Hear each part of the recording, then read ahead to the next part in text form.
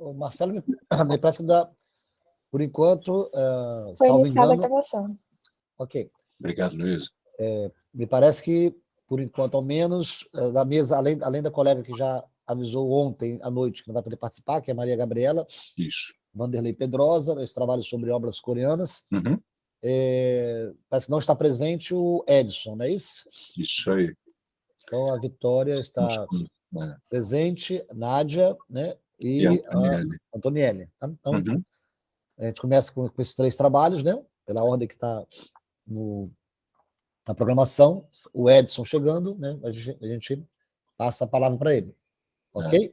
Só teria que, talvez, dar uma paradinha lá para consultar o Edson sobre essa história da imagem. Né? Vai ser meio atrapalhado, mas enfim. Ok. Enfim, acho que o pessoal já está. Eu lembro aí das colegas, né? Tanto a Vitória, quanto a Nádia, quanto a Antonielli. Lembro de já estarem presentes nas outras sessões. Né? A gente tem lembrado, na verdade, né? Por uma questão de necessidade, né? Do famigerado tempo. Tá? Então, a gente está aí estipulando aí um teto de 15 minutos, né? Para depois sobrar um tempinho mais para a conversa, né? Porque as sessões são muito cheias, né? E o tempo é muito curto. E quando dá o nosso tempo de 10 horas, deve ser uma orientação que os monitores têm, né? Começam a nos pressionar para acabar a sessão, né? Então, vamos manter aí a disciplina, tá? O máximo possível, e depois a gente conversa sobre os trabalhos, tá? Vamos começar, então? Então, vamos lá passar a palavra aí para agradecer a todos aí os presentes, né, todos que já estiveram antes, né, dando boas-vindas a quem está chegando.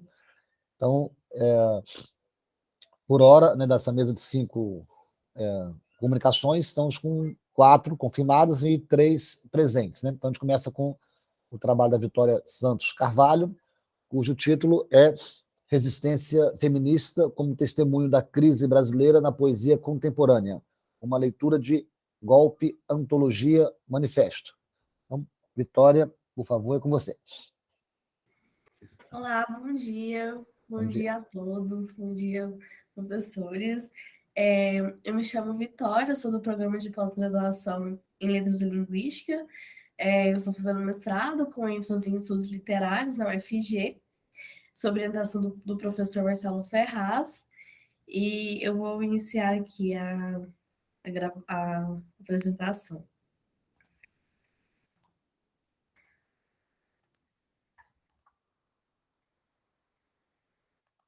Bom, o meu trabalho, ele propõe uma leitura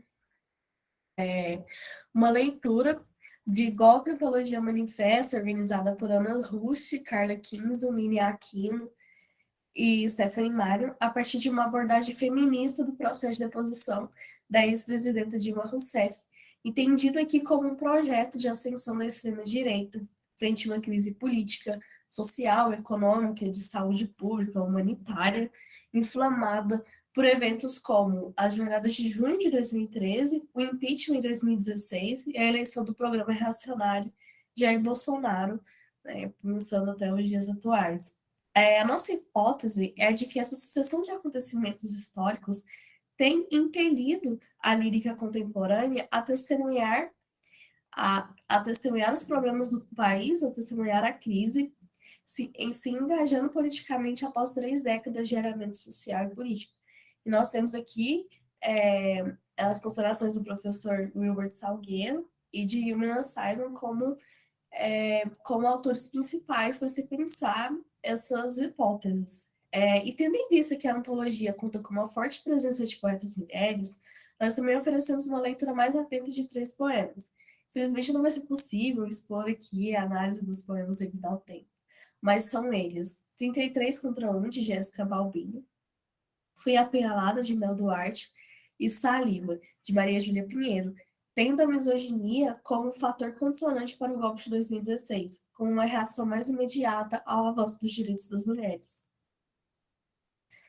Bom, o trabalho nasce com uma questão, né, levantada por Wilbert Salgueiro, no livro Poesia Brasileira, Violência e Testemunho, Humor e Resistência, no qual ele oferece um panorama das linhas de força e de fuga que impulsionaram a poesia brasileira dos anos 1980 em diante a se desinteressar em testemunhar temas sociais. Destacam-se aspectos que levam as produções contemporâneas a experimentar um processo de abalo e renovação da sua noção de valor, em moldes canônicos e não canônicos. São eles uma certa indiferença por acontecimentos coletivos, o que acarreta a ausência de programas e projetos organizados coletivamente, um desinteresse pelo desbunde por formas experimentais, privilegiando o verso frasal clássico, o resgate da poesia subjetiva, sentimental e, consequentemente, mais sóbria, uma maior presença de poetas especializados, como mestres, autores, críticos, tradutores e editores, a coexistência de poetas de diversas gerações, a MPB como um novo espaço para a produção de poesia, e a difusão do mundo digital, que talvez seja uma maior revolução em curso, pensando na recepção da poesia hoje em dia. Né? Existe aqui o predomínio da metapoesia e da manifestação da subjetividade, né?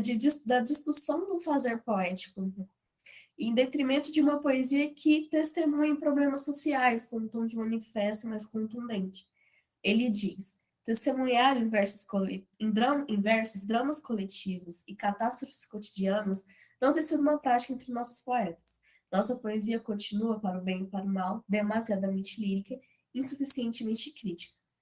Aqui, então, portanto, a gente tem uma poesia autocentrada na própria matéria verbal, encastelada e movida pela ordem cotidiana da vida íntima.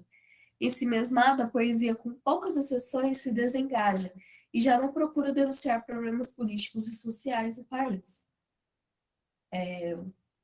Essas hipóteses, né, nos levam a uma outra discussão, proposta por Yuna Simon em Esteticismo e Participação, um artigo publicado em 1990, em que ela analisa, ela fala sobre as vanguardas poéticas compreendidas ali desde 1950 a 1960.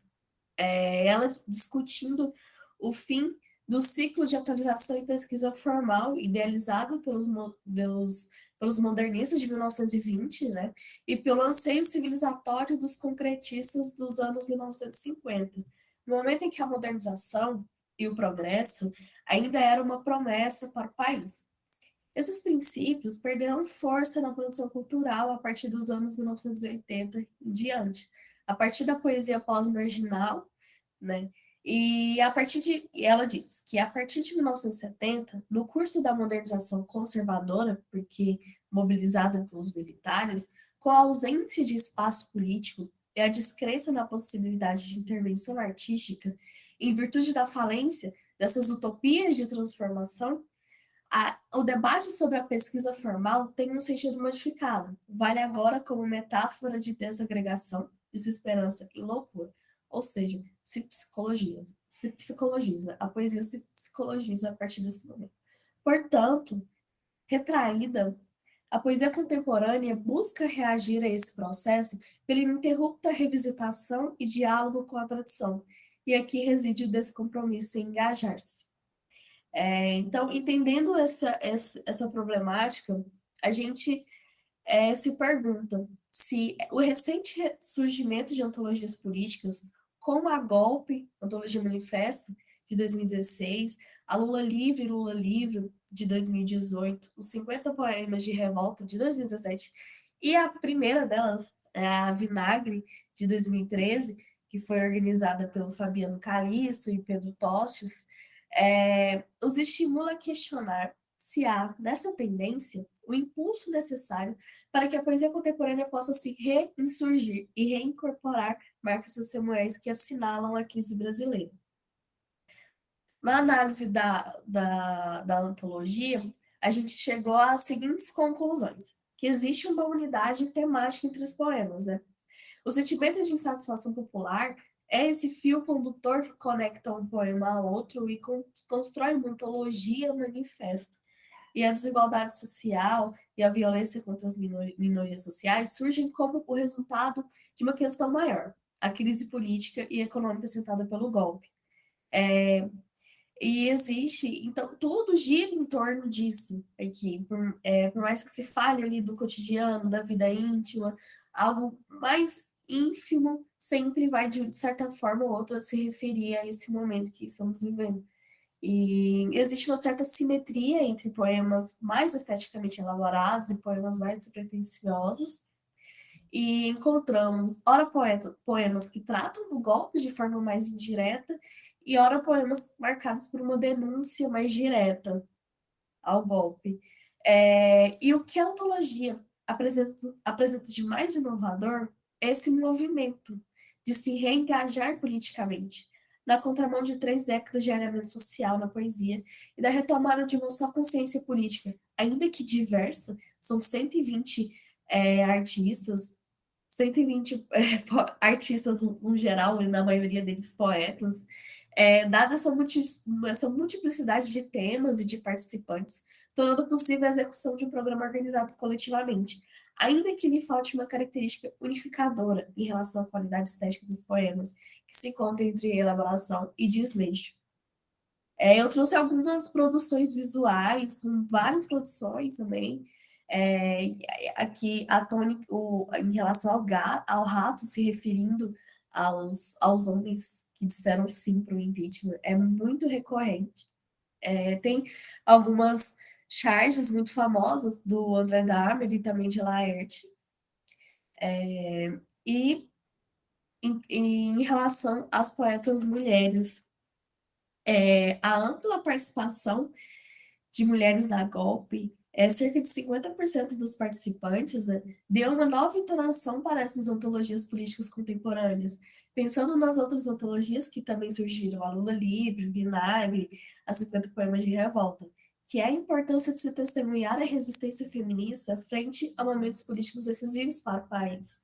Porque é impossível se pensar o golpe sem pensá-lo como Marcia Tiburi denominou, né, a máquina misógina do golpe, sem pensar nessas engrenagens desse processo. Então, se testemunha nos poemas a ilegitimidade do processo, a memória da ditadura militar, que é esse evento traumático maior assim da nossa história, né, se a gente pensar hoje em dia, o conturbado cotidiano urbano e a intimidade marcada pelo temor e pela desesperança, em relação direta às ameaças aos direitos das mulheres.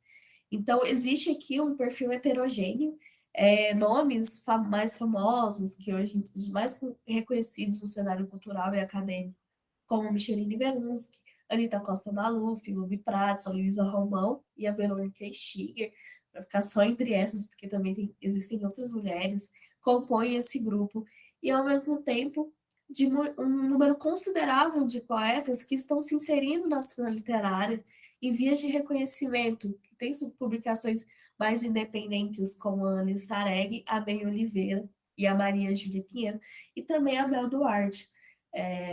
Então, a gente entende que muitos poemas também, como é o perfil geral da antologia, não tratam diretamente da violência simbólica contra a mulher, mas oferecem um olhar para a influência da intimidade do mal-estar geral que o golpe reverberou nas casas brasileiras. Eu trouxe como exemplo uma parte de um poema da Anita Costa Maluf, em que ela diz: alguém em casa, alguém que nos ouça quando gritamos, descalços no corredor, com os cabelos molhados, alguém nos ouvindo? Então, a resistência feminina aqui se constrói não só com a denúncia direta e o confronto direto, mas também de maneira elíptica, revelando a urgência de se denunciar a deposição, maquinadas escondidas por homens engravatados, a primeira mulher eleita presidente do Brasil. Eu queria poder trazer uma análise, mas infelizmente não vai poder por causa do tempo. E as conclusões que nós chegamos é de que a recondução ao centro do poema do testemunho de questões sociais tão profundas possibilitou com que a golpe representasse uma iniciativa expressiva de reencontro com a ação poética engajada e empenhada a resistir. Sem programa e sem uma geração, né? Sem uma geração para se identificar, sem um projeto do tipo, estamos falando sobre isso, essas são as características da nossa poesia, nós partimos desses recursos estéticos, né? É uma poesia, são muitos autores diversos, são muitos recursos diferentes entre si. No entanto, existe aqui uma só entonação combativa, irônica, uma fina ironia pungente e por vezes distópica, que produz uma unidade entre esse desleixo e uma elaboração estética, conciliando fúria, sátira e melancolia. Com a retomada de um ideal perverso de virilidade, doravante personificada na figura de Bolsonaro, encontramos no protagonista da leitura de poetas mulheres um canto incisivo que se funda e se elabora no corpo, que testemunha contra a face mais tirana da supremacia masculina. E essas são as referências aqui citadas, tem mais referências, mas foram essas que eu citei aqui nessa apresentação. E é isso, obrigada. Acho que deu tempo. Para. Ótimo, Vitória. Salientando aí como o Marcelo sempre faz, aí perfeito aí na condução do tempo. Né? Muitas coisas para a gente conversar daqui a pouco. Né? Um assunto muito candente. Tá? Daqui a pouco a gente conversa aí. Tá? Obrigado. Vamos dar sequência aqui.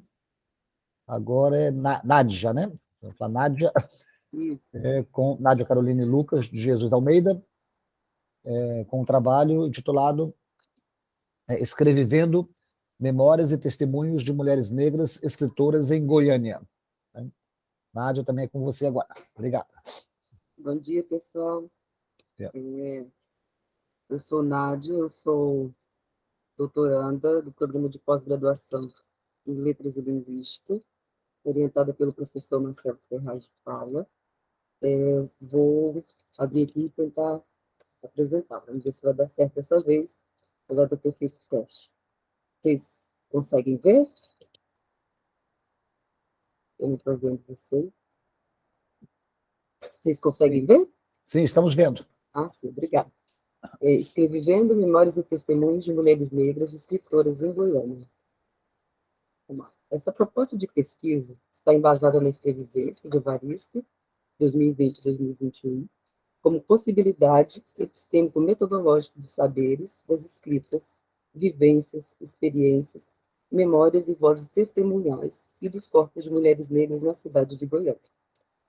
Mulheres negras, escritoras que estejam trabalhando na cena literária, tanto na narrativa quanto na poética, nessa cidade, e que trazem suas dimensões artísticas e literárias, as próprias vozes como instrumento de trabalho e como referência para dizerem de si e de suas pares, de suas coletividades dentro do corpo da cidade, uma possibilidade de criar um novo lugar de enunciação, de produção de conhecimento e de denúncias e inscrições epistêmico-discursivas que as envolvem. A ideia de escritoras aqui é larga no sentido de buscar produtores de conteúdo artístico e literários em documentos editoriais. Então, a nossa proposta é de mulheres escritoras que já tenham editado ou publicado, ou já tenham publicado algum livro, ou em coletânea, ou uma antologia, ou algum livro autoral, né? Mas que também ela se abre essa perspectiva de literatura, ela abre para as redes sociais também, como blogs, Instagram, shorts, os TikToks da vida, os canais de YouTube, Twitter, e para as mulheres que trabalham em participações em saraus de poesia, rodas de slam, né, em espaços geográficos diversos aqui dentro da cidade de Goiânia, e que tenham como propósito trazer suas vozes como instrumento de trabalho e de luta. A proposta de literatura que é uma proposta bem atual também, né, de fazer trabalho de campo mesmo. O Nádia, você está na capa aqui ainda, tá para nós. Você está passando algum slide? Não, né? Ah, estou passando, não apareceu aí? Não, para nós está na capa aqui ainda. Acho que tem que fazer. E agora passou. Ah, aí passou passou? a apresentação. Isso. Ah, tá. Já li a primeira, estou aqui na segunda. Vocês conseguem ver? As vozes. As vozes testemunhais. Isso. Isso. Agora estamos vendo. Isso. De acordo com Salgueiro, 2015, as vozes testemunhais, acordo com Salgueiro não, só um momentinho. As vozes testemunhais e escrevivências, as memórias e esquecimentos, os ditos e os não ditos, participam concomitantemente do processo de enfrentamento e de resistência contra o que se tem tornado dado normal do cotidiano, entre aspas, e nos faz pensar com mais clareza o absurdo de certas coisas existirem a ponto de se naturalizarem em nosso cotidiano. Salgueiro, 2015. É o discurso do testemunho, abre aspas, como vontade de resistência, como Não se conformar com as múltiplas faces do autoritarismo, Salgueiro, 2015. A escrevivência vem aqui como uma proposta de saída da sujeição, do assujeitamento para o lugar do si, para o encontro com o sujeito, para falar e ter o lugar de fala, e, consequentemente, esse lugar de escuta também, o seu lugar social e o seu lugar indivíduo-coletividade. As problematizações nessa pesquisa são: quem são essas mulheres negras na cidade de Goiânia, que trazem suas vozes literárias como instrumento de trabalho e denúncia? Na verdade, quem são, porque nós sabemos que elas existem, então como trabalho faz parte do trabalho de campo buscar essas mulheres também, como elas se representam narrativamente e como representam socialmente, politicamente, culturalmente, ancestralmente tantas outras mulheres também negras. Outra problematização: de quais maneiras elas tentam e conseguem fazer espaços de poder e de voz, estabelecendo os lugares sociais e intelectuais de fala, articulando as categorias de gênero, espaço e raça no âmbito da decolonialidade. De que maneira as mulheres negras em Goiânia conseguem, se conseguem, denunciar os processos ativos de invisibilidade e apagamento de seus corpos negros e o silenciamento epistemológico de suas vozes dentro das disputas narrativas e de linguagens. Quais saberes e epistemologias elas carregam consigo e reverberam as outras coletividades? As hipóteses. A hipótese apresentada para essa pesquisa é que as mulheres negras escritoras literárias de Goiânia, narradores de suas memórias, vivências e de seus saberes, conseguem promover uma multiplicidade de vozes e vivências e quebrar o regime de autorização discursiva. A outra hipótese ainda é que essas mulheres, no processo de escrevivência, de testemunho e de rememoração, possam dizer de si e de uma coletividade. E essas vozes são importantes porque prezam e reforçam os direitos civis, direitos à dignidade, à identidade e fortalecem laços de ancestralidade decolonial, pertencimento e protagonismo feminino, produzindo e fortalecendo saberes e insurgências e contribuindo para uma sociedade goianiense plural, democrática, não racista e não sexista. A gente pode falar um pouquinho sobre isso aqui em Goiânia, que é bem complicado. O objetivo geral: identificar e analisar por meio das teorias metodológicas da escrevivência e interseccionalidade, né, ela vai ser atravessada pela interseccionalidade também, as escritas literárias, os testemunhos, as representações das vozes e das memórias de mulheres negras escritoras na cidade de Goiânia, em suas várias instâncias, da produção de intelectualidade, na produção de arte literária, da produção de narrativas e de ações afirmativas para a coletividade de mulheres negras, entendendo a literatura como luta mesmo, né, como um ato político. Objetivos específicos: refletir sobre o papel da literatura na construção e na defesa dos direitos humanos, epistemológicos e sociais, refletir e contribuir com a produção e criação epistemológica, literária e artística coletiva dessas mulheres negras, colaborar com redes de compartilhamento de ideias, de dimensões e de saberes literários entre mulheres negras em Goiânia, proporcionando entendimento, representatividade, manutenção da memória e dos saberes dessas mulheres e dos círculos coletivos que as envolvem, favorecendo o fortalecimento de seus discursos e enunciações. Outro objetivo é fomentar a palavra, oralizada e escrita, cantada, contada e entoada como promotora de uma perspectiva multicultural de compartilhamento de memórias, vivências, experiências e fomentadora de novas epistemologias. Metodologia. A pesquisa tem como proposta analisar, a partir da escrevivência e dialogando com as propostas da interseccionalidade, as vozes literárias, a escrita, o testemunho, a fala, a enunciação, as memórias e a corporeidade cultural de mulheres negras de Goiânia, a partir de componentes subjetivos e afetivos, culturais e de trabalho. Ela está embasada na teoria metodológica da escrevivência de Evaristo, enlaçada com a teoria crítica e metodológica da interseccionalidade Collins, 2019, e na metodologia de pesquisa do Grupo Focal Gondim, 2003. São metodologias de cunho qualitativo e os métodos a serem utilizados estão intricamente relacionados às metodologias apresentadas. São métodos que afortunam a pesquisa por se basearem em discursividade, dialogicidade, enunciação, escrevivência e testemunho. Método e coleta dos dados. A proposta é fazer o levantamento e a coleta dos dados para análise no local onde os fenômenos ocorrem, por meio de pesquisa de campo, observação direta intensiva, sistemática e participante. Para a organização da documentação oral e de memória, serão feitas entrevistas, questionários, rodas de conversas, encontros online e ou presenciais e entrevista oral temática. Os sujeitos propostos por essa pesquisa são entre 8 e 10 mulheres negras, escritoras na cidade de Goiânia, a partir de 18 anos de idade e que têm a dimensão literária em suas escritas, narrativas e poéticas, e em suas vozes como instrumento de trabalho, de luta e resistência pelos seus direitos de dizer e de criar novas epistemes. São importantes para esse projeto de pesquisa também a busca de algumas fontes apresentadas pelos sujeitos analisados, no caso, né, como os registros e documentos dos seus trabalhos e seu transitar pela cidade, por vias digitais eletrônicas e meios sociais e em redes sociais, fotografias de trabalhos, de eventos familiares, objetos que retomem suas memórias afetivas, como livros, imagens, vídeos, fotografias, saraus, zines, fanzines, publicações em redes sociais diversas, entre outros. E aqui é uma base das referências, né, não são todas, mas algumas delas: Literatos de Quilomba, Cambiguelê, Collins, Brusales, Evaristo, Abeis, Salgueiro, Rodozarate, Paula, e é isso. Obrigada, gente. Goiânia e julho de 2022. Estou falando Nádia, né? Ótimo também, muita coisa para a gente conversar daqui a pouco. Obrigado também pela obediência aí ao tempo, né? Mas na conversa a gente se solta mais aí, você vai poder falar mais coisas acerca do projeto que está sendo desenvolvido, né? Me parece aí que o Edson não chegou, não é isso? Que seria o próximo trabalho. E nem acabei de conferir aqui, gente, e-mail para ver se tinha alguma notícia dele, mas de fato nenhum sinal de vida. Então seria um trabalho sobre Lilith, né, de Primo Levi.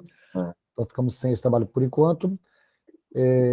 A Maria Gabriela já nos avisou ontem, né, então a gente vai, em princípio, para o terceiro e último trabalho da mesa, né, vai ter um tempinho maior então, para conversar depois, né, da Antonielli, de Cássia Luciano. O trabalho cujo título é Uma Carta e um Tratado de Paz. Notas sobre memória e resistência em testemunhos de escravizados brasileiros do século XVIII. Ok? Então, Antonielli, por favor. Oi, pessoal, bom dia. Bom Tudo dia. bem com vocês? É um prazer estar aqui de novo, né? Podendo falar desse assunto que me é tão caro. Bom, deixa eu tentar apresentar aqui para vocês a minha tela, vou compartilhar. Só um minutinho.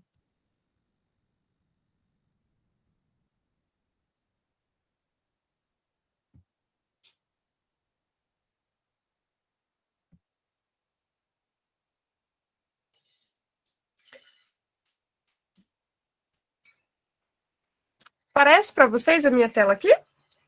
Uma carta e um tratado? Tá. Sim, apareceu. Ok, então vamos lá. Então, eu sou Antonielli, né? Sou doutoranda no programa de letras, de pós-graduação em letras aqui da Federal do Paraná, sou orientada pelo professor Marcelo Paiva de Souza, né? E eu venho estudando no doutorado algumas relações entre a Carta da Esperança Garcia, que é um texto de 1770, com textos com textos posteriores a ela, né? Mas nessa pesquisa aqui em específico, durante todas essas leituras que eu venho fazendo, esse trabalho aí de tentar entender essas narrativas essa narrativa de escravizado, né, que é essa carta, eu venho tendo contato com outros textos relacionados, outros textos do mesmo período, né, e que também acabam despertando bastante interesse. E eu achei que pudesse ser interessante tentar trabalhar com a perspectiva de alguma unidade entre esses textos, né? Então, eu venho aqui trabalhar hoje Uma Carta e um Tratado de Paz, Notas sobre Memória e Resistência em Testemunhos de Escravizados do século XVIII. Então, para a gente começar a nossa conversa, é importante, então, que a gente... Gente, só um pouquinho, acho que deu uma travada aqui no meu... Não, agora foi. É importante que a gente, então, estabeleça aqui algumas noções sobre testemunho e as narrativas de escravizados, né, que eu estou chamando de slave narratives, né. Então, primeiro, considerar, né, que a narrativa de escravizado, aqui a gente está entendendo como sendo um texto que é escrito ou ditado por escravizados, né, um texto que vai fundir o pessoal com o coletivo, e que tem aí tem um número maior aí de registros nos Estados Unidos. A gente trabalha com cerca de 6 mil nos Estados Unidos, enquanto no Brasil a gente tem em torno aí de 170, e segundo dados do professor Robert Kruger. Depois a gente vai considerar que esses textos, eles são textos que eles vão operar ao mesmo tempo no resgate da humanidade para essas pessoas, né? Porque a gente vinha aí de um sistema escravocrata que passava aí a coisificar, né, a tirar essa humanidade do negro, e quando a gente tem essa escrita, a gente também passa a ter uma possibilidade deles se firmarem aí como seres humanos mesmo. Também já vai bater de frente com aquela questão de dizer que o negro não tem razão. Então, a gente trabalha aí também com essa perspectiva de que ele seria detentor de razão e que ele não seria apenas um mero objeto, uma mera mercadoria também, a partir do uso das letras, né, da escrita. O testemunho aqui, a gente está pensando aqui em uma noção aqui que seria importante a gente salientar, que a gente não está trabalhando arte pela arte, seria aí um texto que faz parte de um campo social marcado por conflitos, né? E esse conflito a gente está falando aqui, no caso, de uma das maiores atrocidades, né, que já foram cometidas, né, pelo ser humano na história. Daria até para fazer aí uma crítica pegando aí, por exemplo, os discursos do Aimé Césaire, né, a partir do fato de que a Europa fechou muito tempo os olhos, né, para toda a barbárie que ocorreu na África. Então a gente acaba sobrepondo muitas vezes, né, a força, as consequências do que aconteceram, né, do que aconteceu no nazismo, por exemplo, em relação à escravidão, né? A gente teve aí uma morte de 10 a 20 milhões de pessoas aí que foram forçadas a fazer essa diáspora, né? E também essa associação, então, com a figura do mártir, né, do sobrevivente, né? Bom, eu pretendo trabalhar, então, com 2 textos. O primeiro deles é a Carta da Esperança Garcia. Esse é um texto de 1770, como eu já havia comentado. É um texto que foi escrito por uma mulher de 19 anos, né, nascida na Fazenda Algodões, numa localidade ali de cerca de 300 quilômetros de Teresina, mas ela é transferida para a Inspeção de Nazaré após os jesuítas, que eram, né, as pessoas que faziam a administração dessa fazenda, serem expulsos ali da região, né? Então, ela é transferida para essa inspeção por um capitão, e esse capitão Vieira, e ela passa a sofrer uma série de violências, né? Eu já comentei sobre ela na minha apresentação do ano passado, mas eu acredito que tem pessoas que talvez não conheçam a história da Esperança, né? Então, aí, no momento de desespero, Esperança, que a gente não se sabe, a gente imagina que ela tenha sido alfabetizada por jesuítas, ela acaba escrevendo aí uma carta endereçada ao governador da província, que era o Gonçalo Lourenço Botelho de Castro na época, né? O nosso segundo texto, a gente está falando aqui, então, do tratado proposto a Manuel da Silva Ferreira pelos seus escravos durante o tempo em que se conservaram levantados, né? Então, são escravizados da fazenda de Santana, em Ilhéus, na Bahia, e eles escreveram esse texto em 1789. Aqui é importante que a gente tenha em mente que esse levante, ele durou cerca de 2 anos, né? Esses escravizados, então, eles tomaram as ferramentas, mataram o mestre de açúcar do engenho e permaneceram sem exercer qualquer atividade de trabalho por 2 anos, se aquilombando em regiões ali próximas, né? E aí, durante esse tempo, houve uma pressão muito forte para que eles voltassem a trabalhar, porque esse movimento, que se assemelha muito até uma greve, né? Ele causou uma série de prejuízos financeiros também para o senhor do engenho, né? Então, eles acabam né, oferecendo esse texto. A gente não sabe, isso é uma coisa, né, difícil da gente chegar à conclusão hoje, mas a gente não sabe realmente se esse texto foi escrito ou se ele foi apenas ditado por essas pessoas, né? Nos arquivos a gente vai acabar encontrando alguma semelhança na grafia deste texto com um outro texto que acompanha que acaba acompanhando esse tratado e foi escrito 17 anos depois, por o ouvidor geral do crime. Então a gente imagina que deve ter existido um original que, enfim, foi passado a limpo aí por esse ouvidor depois, né? E aí é esse texto que se encontra, então, no Arquivo Público do Estado da Bahia, tá? Então, vou fazer aqui uma breve leitura da carta e desse outro texto, para que as pessoas possam conhecer um pouquinho do texto, e depois eu venho fazendo os comentários sobre o que a gente pode falar sobre eles aí em pontos em comum, né? São textos curtos até. Então, primeiro aqui a gente tem o texto da Esperança, né? Ela diz: eu sou uma escrava de Vossa Senhoria da administração do capitão Antônio Vieira do Couto, casada. Desde que o capitão lá foi administrar quem me tirou da fazenda Algodões, onde vivia com meu marido, para ser cozinheira da sua casa, ainda nela passo muito mal. A primeira é que há grandes trovoadas de pancadas em um filho meu, sendo uma criança que lhe fez extrair sangue pela boca. E em mim não posso explicar que sou um colchão de pancadas. Tanto que caiu uma vez o sobrado abaixo, peiada. Por misericórdia de Deus, escapei. A segunda, estou eu e mais minhas parceiras por confessar há 3 anos, e uma criança minha e 2 mais por batizar. Peço a Vossa Senhoria, pelo amor de Deus, põe os olhos em mim, ordenando, digo, mandar ao procurador que mande a fazenda de onde me tirou, para eu viver com meu marido e batizar a minha filha. Então, da sua escrava Esperança Garcia. Eu sinalizei aqui em laranja algumas questões, alguns pontos aqui que eu acho muito interessante para a gente pensar aqui. Esse é um texto que Esperança escreve, né, para um governador, e é evidente aqui que a Esperança ela tenta manchar a reputação desse homem que passou a fazer a administração dessa fazenda e a levou para casa, para o lugar onde ele estava, né? E ela passa ali a sofrer toda sorte de abusos, né? A gente pode imaginar, aqui por se tratar de um texto de uma mulher negra, que a gente não tem apenas uma violência física, mas de outras formas também, né?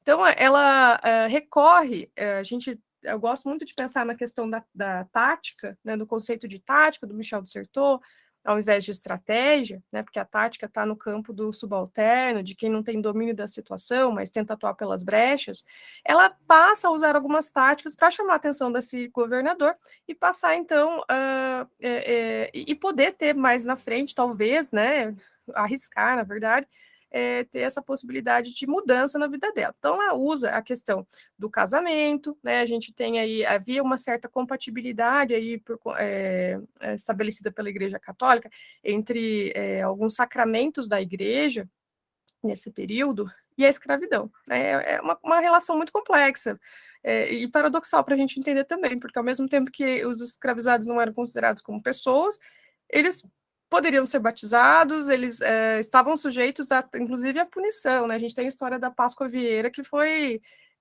que sofreu um processo de inquisição porque era bígama, né? Tinha casado na África e depois foi trazida para o Brasil e casou aqui novamente, acabou sendo levada para Portugal para ser julgada.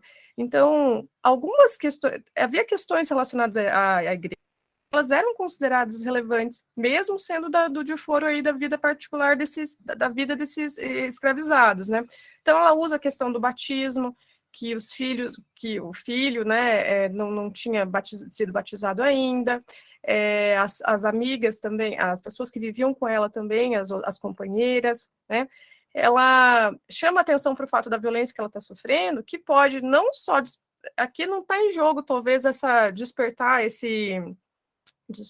uma espécie como é que eu posso usar a palavra, gente? Mas é uma espécie de compaixão por um ser humano que está sofrendo uma violência, mas ela é um bem da coroa que está sendo maltratado, que pode gerar um certo prejuízo aí para a coroa. Então, para mostrar também que esse capitão Antônio Vieira do Couto, ele está usando um bem da coroa em benefício próprio e pode causar prejuízo também, né? Então, teria várias outras coisas para a gente trabalhar na carta, mas a princípio gostaria de só levantar esses pontos aqui. Caminhando então para o segundo texto, que é o texto dos escravizados da Fazenda Santana, então, só retornando, é um texto então que é escrito durante um levante, né? E ele é um texto que se assemelha muito a uma carta, mas ele tem realmente essa finalidade também de negociação muito clara, né? Então, eles dizem o seguinte: meu senhor, nós não queremos paz, não queremos guerra. Se meu senhor também quiser a nossa paz, há de ser nessa conformidade. Se quiser estar pelo que nós quisermos, a saber, em cada semana, nos há de dar os dias de sexta-feira e de sábado para trabalharmos para nós, não tirando um desses dias por causa de dia santo. Para podermos viver, nos há de dar rede, tarrafa e canoas. Não nos há de obrigar a fazer camboas, nem a mariscar, e quando quiser fazer camboas e mariscar, mande os seus pretos minas. Para o seu sustento, tenha lancha de pescaria e canoas do alto, e quando quiser comer mariscos, mande os seus pretos minas. Faça uma barca grande, para quando for para a Bahia, nós metermos as nossas cargas para não pagarmos fretes. Na planta de mandioca, os homens queremos que só tenham tarefa de 2 mãos e meia e as mulheres de 2 mãos. A tarefa de farinha há de ser de 5 alqueires rasos, pondo arrancadores bastantes para esses servirem de pendurarem os tapetes. A tarefa de cana há de ser de 5 mãos e não de 6, e há 10 canas em cada feixe. No barco, há de pôr 4 varas, uma para o leme, e uma no leme puxa muito por nós. A madeira que se serrar com serra de mão embaixo, hão de serrar 3 e um em cima. A medida de lenha há de ser como aqui se praticava, para cada medida um cortador, e uma mulher para carregadeira. Os atuais feitores não os queremos. Faça eleição de outros com a nossa aprovação. Nas moendas, há de pôr 4 moedeiras e 2 guindas e uma carcanha. Em cada uma caldeira, há de haver um botador de fogo e em cada terno de taxas o mesmo. E no dia de sábado há de haver irremediavelmente peja no engenho. Os marinheiros que andam na lancha, além de camisa de bacta que se lhes dá, hão de deter gibão de bacta e todo o vestuário necessário. O canavial de Jabiru o iremos aproveitar por essa vez e depois há de ficar para o passo, porque não podemos andar tirando canas para entre mangues. Poderemos plantar nosso arroz onde quisermos, em qualquer brejo, sem que para isso peçamos licença, e poderemos cada um tirar jacarandás ou outro qualquer pau, sem darmos parte para isso. A estar por todos os artigos acima, e conceder-nos estar sempre de posse da ferramenta, estamos prontos para o servirmos como dantes, porque não queremos seguir os maus costumes dos mais engenhos. Poderemos brincar, folgar e cantar em todos os tempos que quisermos, sem que nos impeça e nem que seja preciso licença. Então, esse é o texto, né, que a maioria dos historiadores acredita que realmente ele possa ter sido ditado, ou, quem sabe, escrito pelo líder aqui dessa paralisação, que era um escravizado chamado Gregório Luiz, né, mas ele acaba sendo preso depois. Então, qual que é o desfecho dessa negociação? O senhor do engenho, ele finge estar de acordo com o que eles estão propondo, e eles acabam, né, ele arma uma emboscada, esse Gregório Luiz vai acabar indo preso e outros 15 companheiros dele também. Né? Então, a força desse Gregório Luiz, nos registros históricos, para a gente pensar, ela é tamanha que esse senhor, ele prefere que ele seja morto, ele pede para que o escravizado seja morto, ao invés de ser vendido como os demais, né? Porque ele acredita que se ele retornar para a fazenda, ele pode causar outros problemas. E essa fazenda, é interessante a gente pensar, essa Fazenda Santana, ela tem um histórico aí, parece ser um histórico de tradição de reivindicação.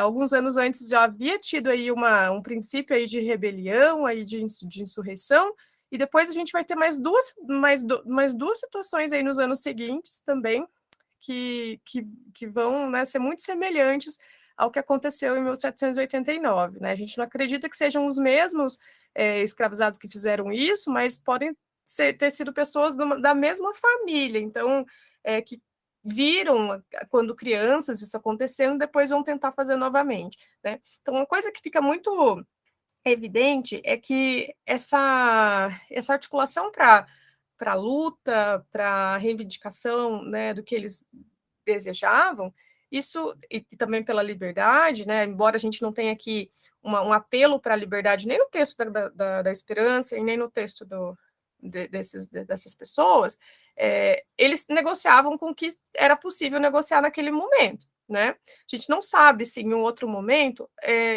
antes desse tratado, essas pessoas tentaram aí barganhar a liberdade e não tiveram sucesso.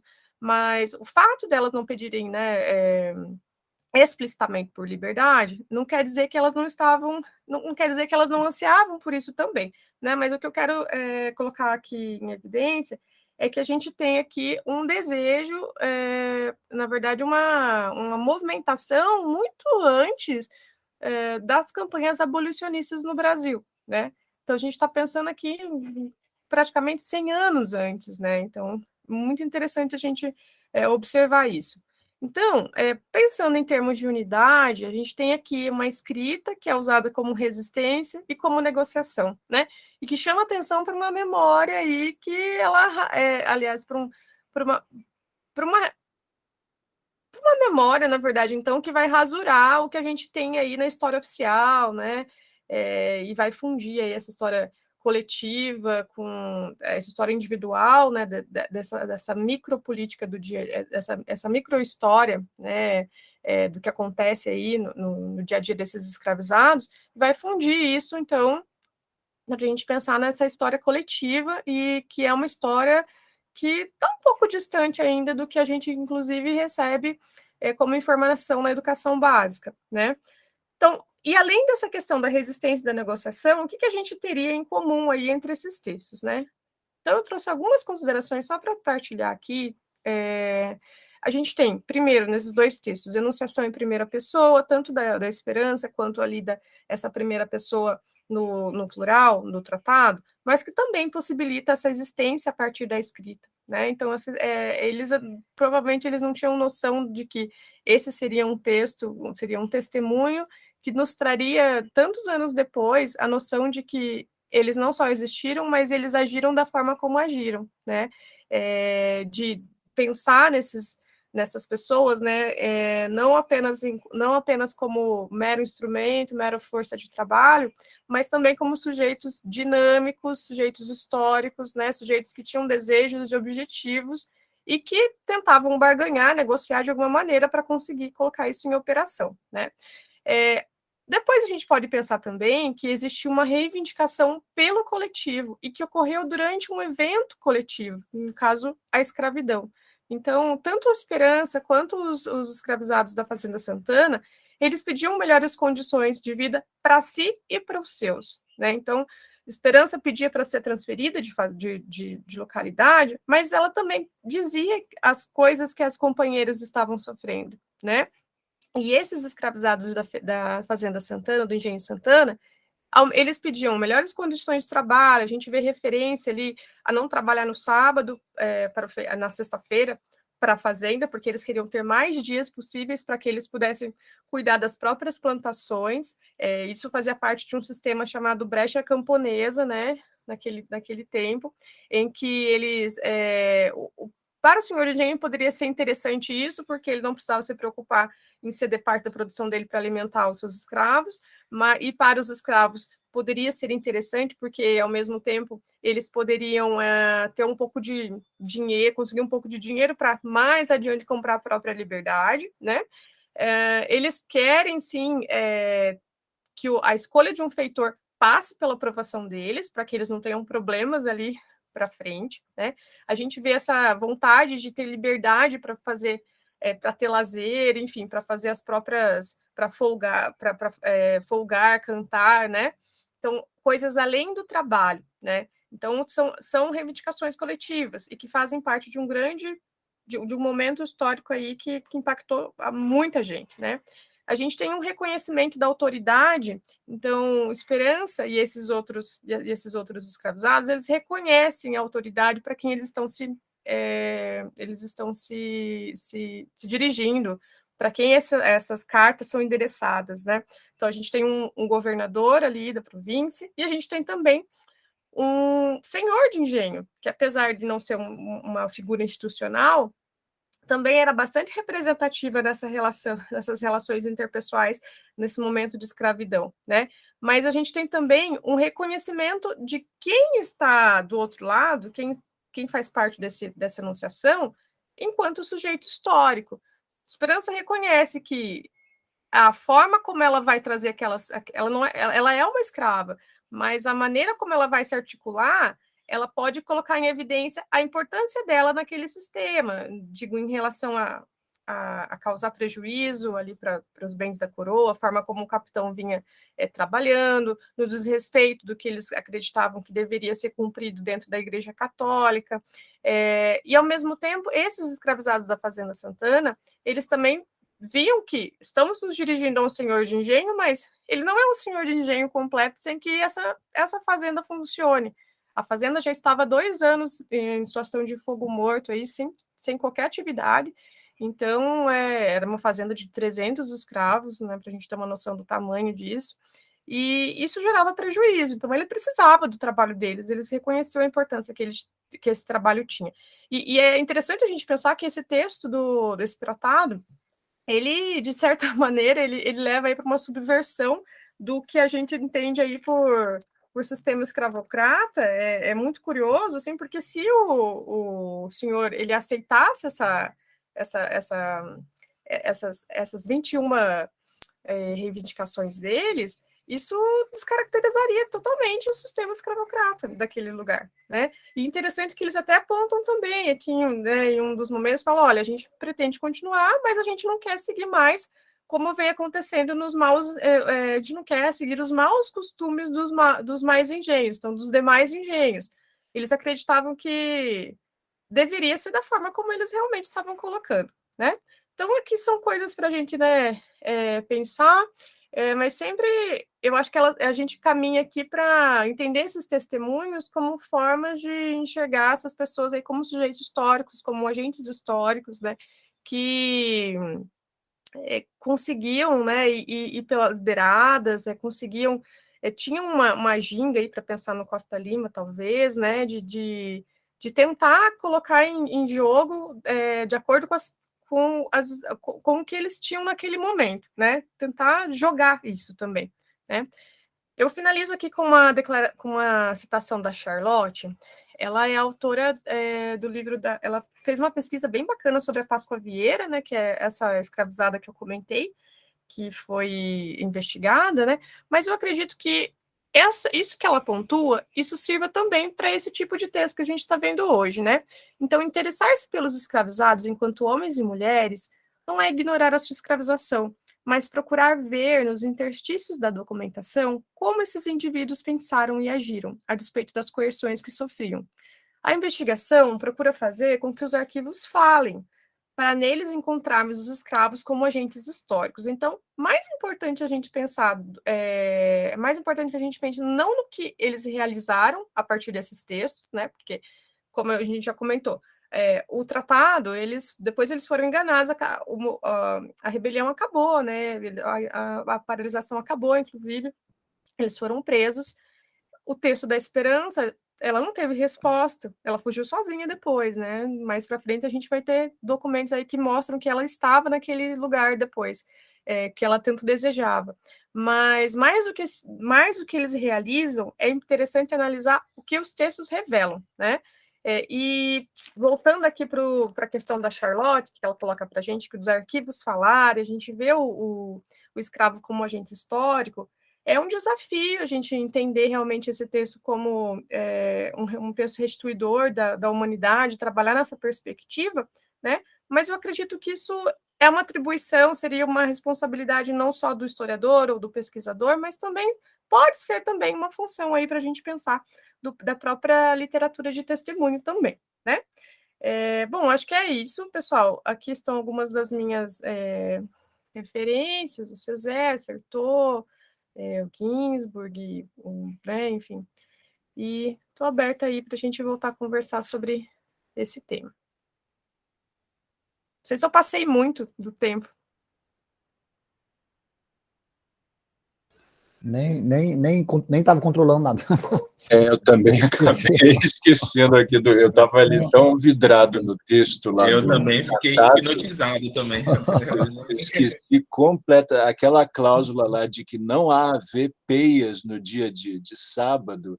É assim o suprassumo do requinte discursivo, né? Vejam, um escravizado negociando, entre outras coisas, a cláusula de que não há de haver peias, grilhões, portanto, no dia de sábado. É um negócio formidável esse texto. Esse livro, Antonielli, em que o texto está publicado lá do João José Reis, tem reedição recente desse negócio?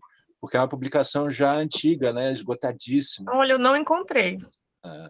É de 89, né? Uhum, de 89. Bom, vamos lá, gente, vamos conversar aí. Assim, também, como a gente está com a Nádia, a Antonielli, né, e a Vitória, também relaxamos um pouco mais com o tempo, que está menos sufocante hoje. Então, não dá para conversar os 3 trabalhos muito, enfim, muito interessantes, todos os 3 trabalhos. Acho que a gente pode aproveitar aí o gancho aí da Antonielli, né, e já dar uma sequência com o trabalho dela aí, comentando, depois a gente passa lá para a Nádia e para a Vitória, que tem uma proximidade, enfim, ambos, poesia lá com golpe, escritoras negras, mas, enfim, Antonielli, me lembro bem claramente, né, assim, lá da sua fala no outro simpósio lá, já tinha me impactado, surpreendido com a qualidade do trabalho, né, com a desenvoltura, desenvolvimento e tudo mais, e agora com mais informações ainda, né.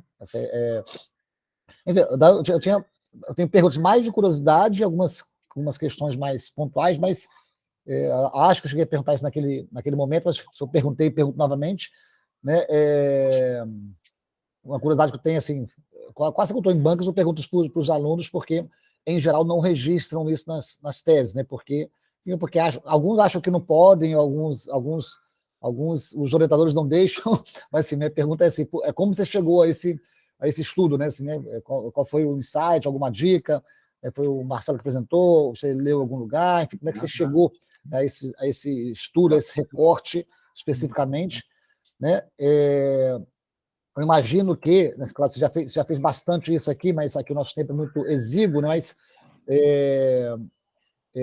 imagino que deva ter isso na tese, estou só confirmando que deve ter, mas uma análise bem pormenorizada dos 2 textos, né? Assim, cada palavrinha, cada sintagma ali, cada frase, né, você faz uma imensa digressão, reflexão, né, sobre palavras que estão ali, né, sobre a sintaxe, sobre o vocabulário, né, cada texto merece quase um estudo crítico, né, dos 2, assim, notas de rodapé, assim, né, são textos riquíssimos, né? Então, se isso já está feito, ou se vai ser feito na tese, né, assim, esse trabalho quase assim uma espécie de close reading, né, dos 2 textos, né, porque merecem, né? Um comentário que eu já ia fazer, aí quando você trouxe essa frase, esse trecho final dessa Charlotte, cujo trabalho eu não conheço, mas que eu já tinha anotado para comentar isso aqui, né, embora muito óbvio, mas aí eu ia comentar isso quando veio o texto da Charlotte, confirmou para mim, né, confirmou a necessidade de comentar isso, por mais óbvio que seja, que essa é uma espécie de nossa reeducação em vários sentidos, né?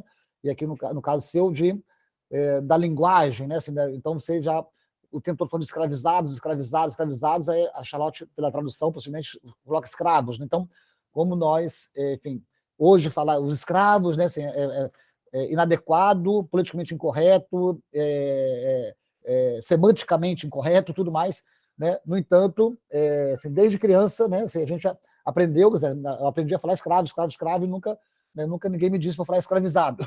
Né? A diferença brutal que há, né, entre o escravo e o escravizado, como a gente naturalizou, né? Como a gente naturaliza esse termo, como tantos outros, né? Na nossa linguagem, né? E isso me lembrou também a outra, né, a mais que célebre frase do Roland Barthes, né? A língua fascista porque obriga a dizer. Então, né, quando a gente é obrigado a dizer escravo desde criança, né, a gente, sem saber, está dizendo aquilo que nos impuseram dizer, né, e reeducar essa fala muitas vezes difícil. Então, esse seu trabalho já traz no título essa diferença, né? E por fim, eu acho que você falou um pouco sobre isso na outra vez, mas enfim, também não me lembro mais. É porque chama muito a atenção, né? Chamou a atenção a data do que você chamou de tratado aí, né? Dos escravizados lá em relação ao patrão, né? Lá o fazendeiro, né? Que é de 1789, né? Quer dizer, a mesma data da congelação, da Inconfidência, ou congelação mineira, né? Se você faz alguma comparação desse contexto, né? Lá mineiro, lá, enfim, dos esclarecidos, né?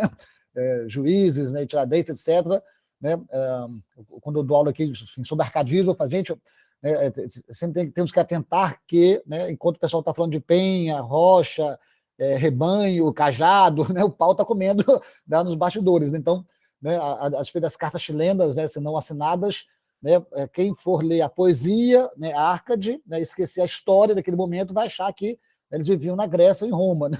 Então, tinha ali uma efervescência, uma ebulição política acontecendo, né, em Minas e lá, onde você está estudando, que, no caso lá da Inconfidência, a poesia em si mesma, com uma exceção ou outra, e sobretudo com as cartas chilenas, não não dava a ver, né? E esse tratado aí é do ano exatamente lá da Conjuração. Se você faz alguma reflexão, alguma comparação nesse sentido, tá?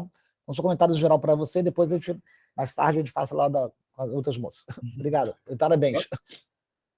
Posso trazer mais um, Ibut? E aí a Antonelli fala Claro. uma vez, pode ser? Sim. A Antonelli, assim, também fiquei encantado e impressionado com o trabalho de novo, né? Já havia ficado no último simpósio. E eu queria, assim, ouvir um pouco mais, conhecer um pouco mais esse corpus geral de 170 textos, narrativas, né, produzidos por escravizados que a gente tem aqui.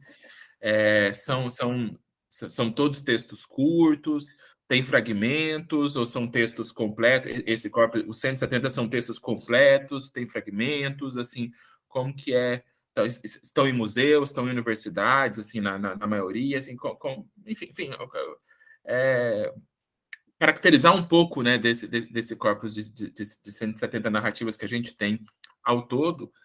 E assim, a primeira carta é muito impressionante, né? Mas a segunda, assim, me arrebatou ainda mais. E eu queria fazer um comentário, porque, claro, é bastante forte esse caráter reivindicativo, né? É uma lista de exigências, né? Como você falou, quase que uma greve ali, é uma lista de exigências que eles fazem.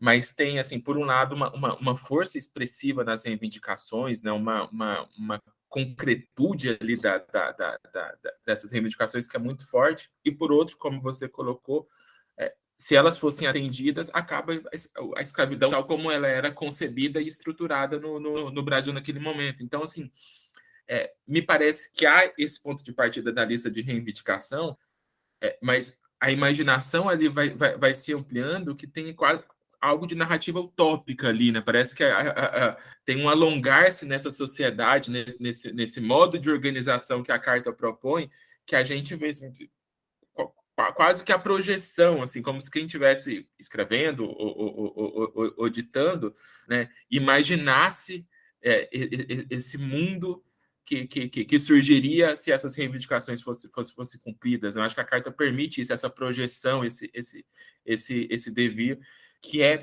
assim, lendo hoje, tem uma força literária assim, poderosíssima e amplificada, porque a gente conheceu o desfecho, isso a gente lê essa carta com outro sentimento, né, sabendo qual foi o desfecho, e também porque são reivindicações assim muito singelas, né? Assim, é o mínimo da dignidade humana que se reivindica ali, e no entanto a carta dá o tom de que seria algo assim muito radical, né? Assim, a gente não quer mais apanhar os sábados, como se fosse uma reivindicação que é básica, mínima, elementar, né? De não apanhar nunca, inclusive, né? Mas que ali parece quase que a projeção dessa utopia. Não sei se ficou muito claro, né? Mas eu senti muito esse impacto lendo, né? Parece que eu esqueci das reivindicações e senti muito essa imaginação ali trabalhando, né? na fabulação desse mundo que a resistência ali estava buscando, estava procurando. Né? Tomar só um embalinho aí nessa ponderação que o Marcelo fez, Antonelli, para destacar essa carga, que inclusive tem implicações aí teóricas que me parecem tremendamente interessantes e de amplíssimo espectro para a gente. Eu gosto de pensar no teu trabalho como essa modalidade que eu aqui, com os meus botões, batizo de testemunho desentranhado. Vocês vejam, essa é uma massa de documentação histórica, uma massa textual discursiva que está na mão lá do trabalho de historiadores. E, certamente, eles, na pesquisa histórica, fuçando lá em arquivo, devem achar mais coisa. Né? Eu acredito firmemente nisso. Mas aí o Marcelão toca no nervo. Né? É o que a gente aqui no campo dos estudos literários é capaz de ler nesses textos. Por exemplo, à luz da categoria de testemunho. Esse é um modo de ler que desentranha desse material textual discursivo camadas de sentido, potências de sentido, que eventualmente não estão lá em questão no trabalho historiográfico, ou não estão ocupando ali o centro do palco. E a gente aqui, de onde estamos, consegue, me parece, dar um tratamento a esse material que é muito necessário, é muito fundamental. Enfim, entre outras coisas, por isso me entusiasma tanto o trabalho da Antonielli, né? Eu acho que há aí enfim, uma maneira da gente expandir, inclusive conceitualmente, o que vem operando aí no campo, né, sob essa rubrica conceitual de testemunho, né? Acho que esse é um dos lugares aí muito interessantes a que a pesquisa pode nos conduzir, né? Essa matéria-prima, digamos assim, que vem sendo cavucada pelos historiadores, submetida a um outro olhar, que é o nosso, né, do estudioso da literatura, da linguagem, assim por diante. Mas diga lá, Antonielli, conta aí mais para a gente. E depois vamos falar com as meninas que também trouxeram à baila aí questões bem, bem importantes.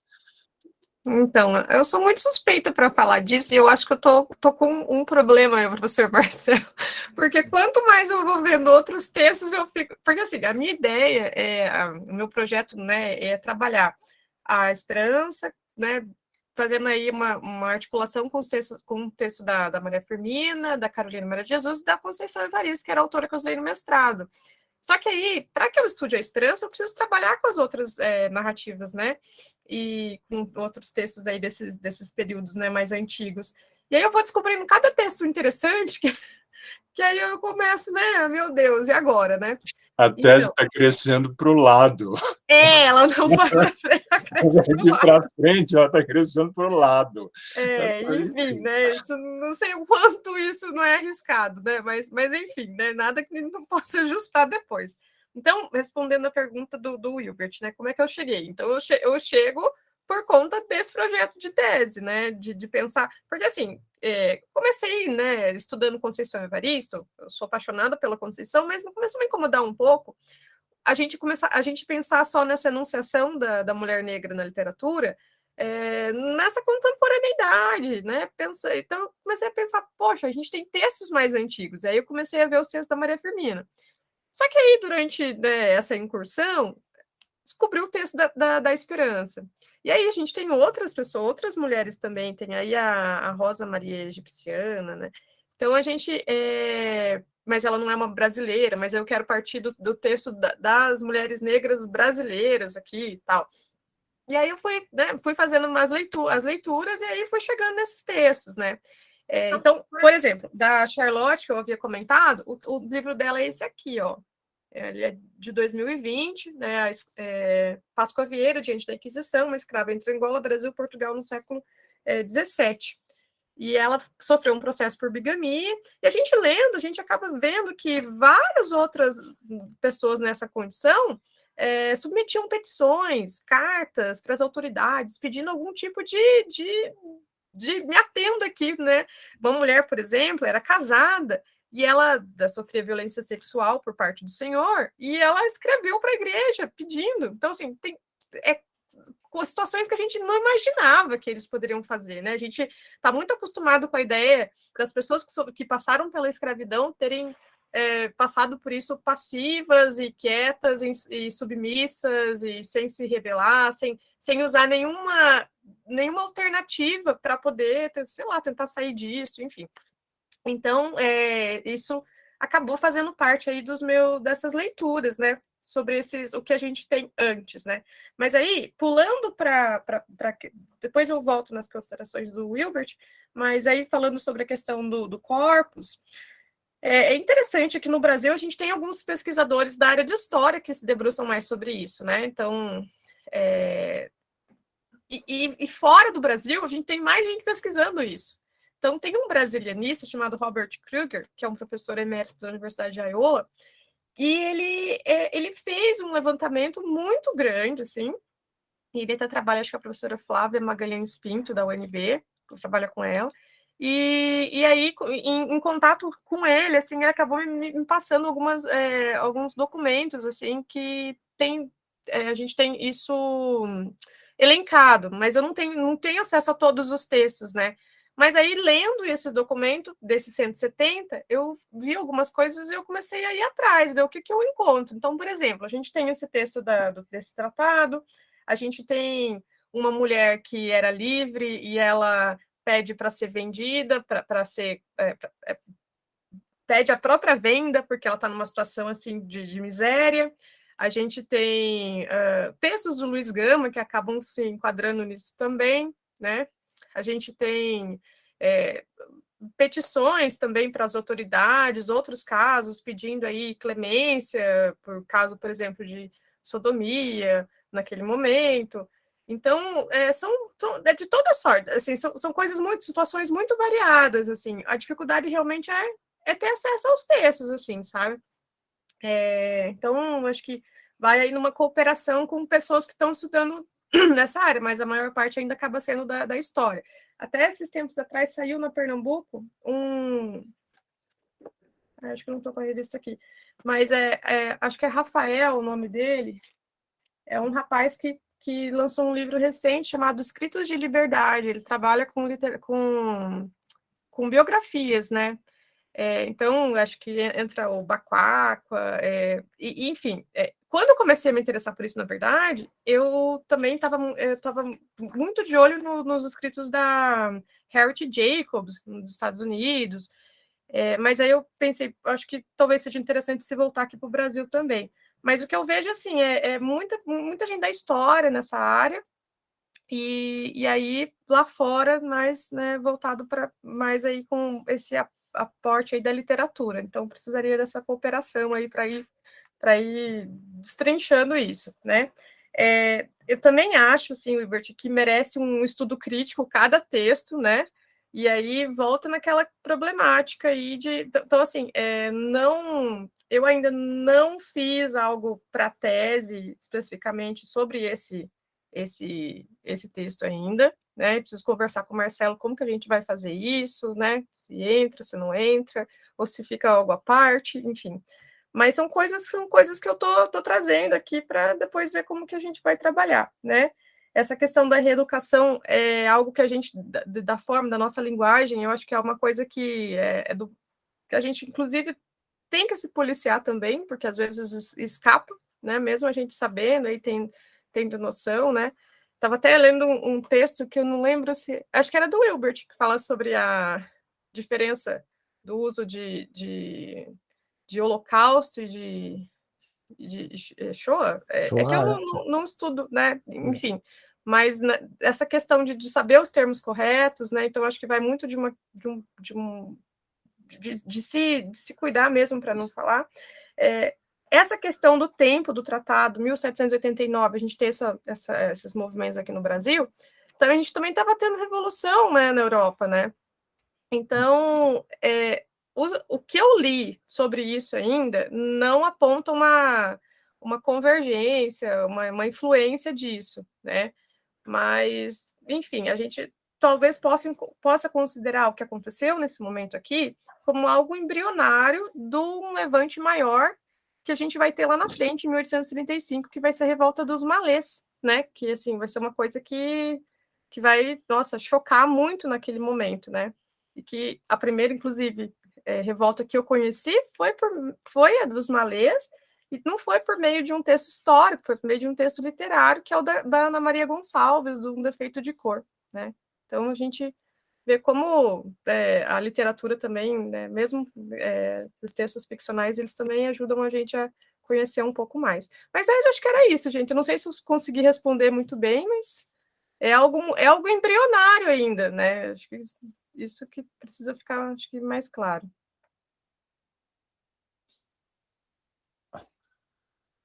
Não, se os meus orientandos tivessem algo embrionário desse jeito, eu estava feliz. Está bem avançado, está com muito material, enfim, muito importante, muito rico, né? Tem, enfim, fora o que já está feito, né?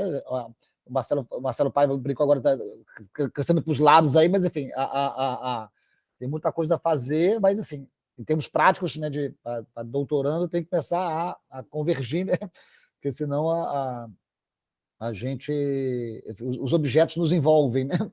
E o tempo passa, então a gente tem que uma hora né, desapega, né, como diz aquela propaganda lá, tem que dar um fecho, mas enfim, tá ótimo. Acho que a gente vai voltar ainda aí ao seu trabalho, porque, enfim, de algum modo também se conecta, sobretudo com o trabalho aí da Nádia, aí, que tem a questão das mulheres negras, né, e no caso da Vitória com o golpe, né, mas vamos dar um giro lá para elas, lá, enfim, mas já a gente volta com você aí, né.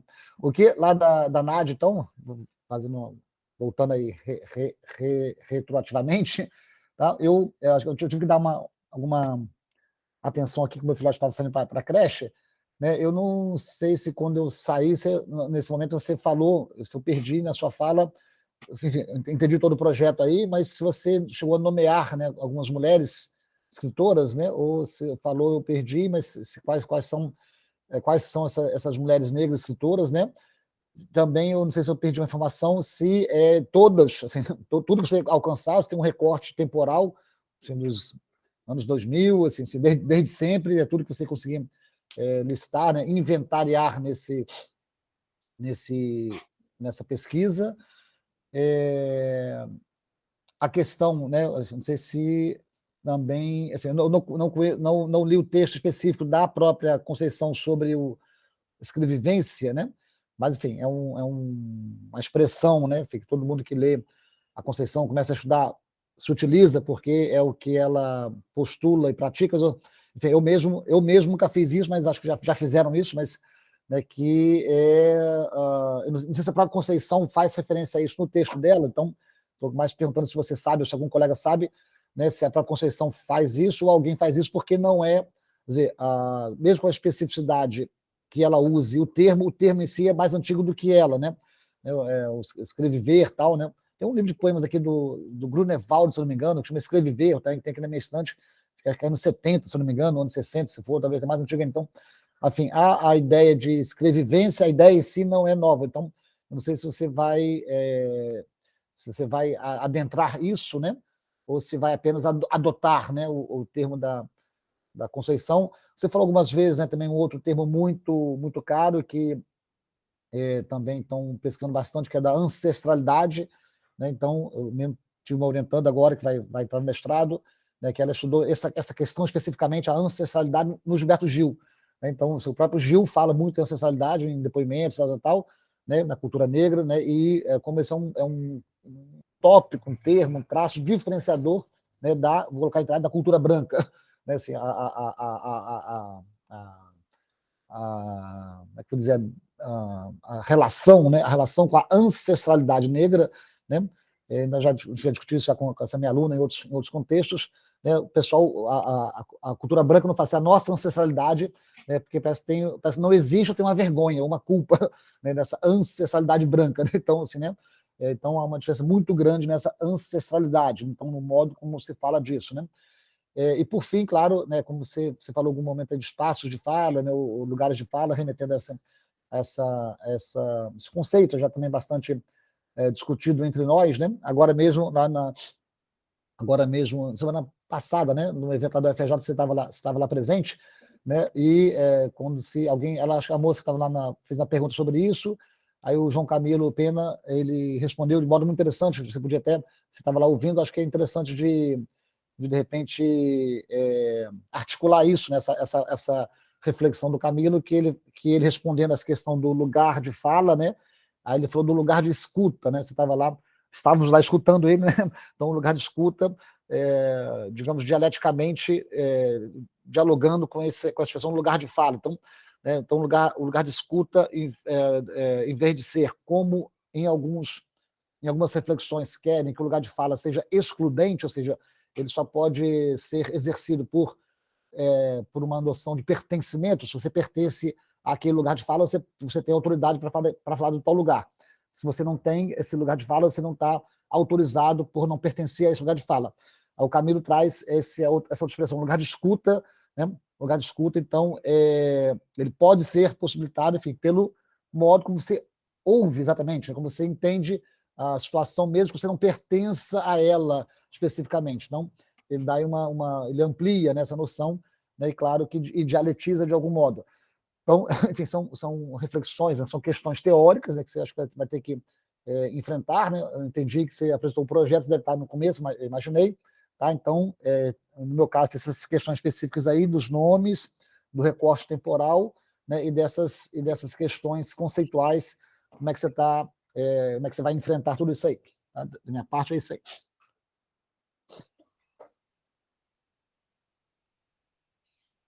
Fica lá, Nádia. Depois...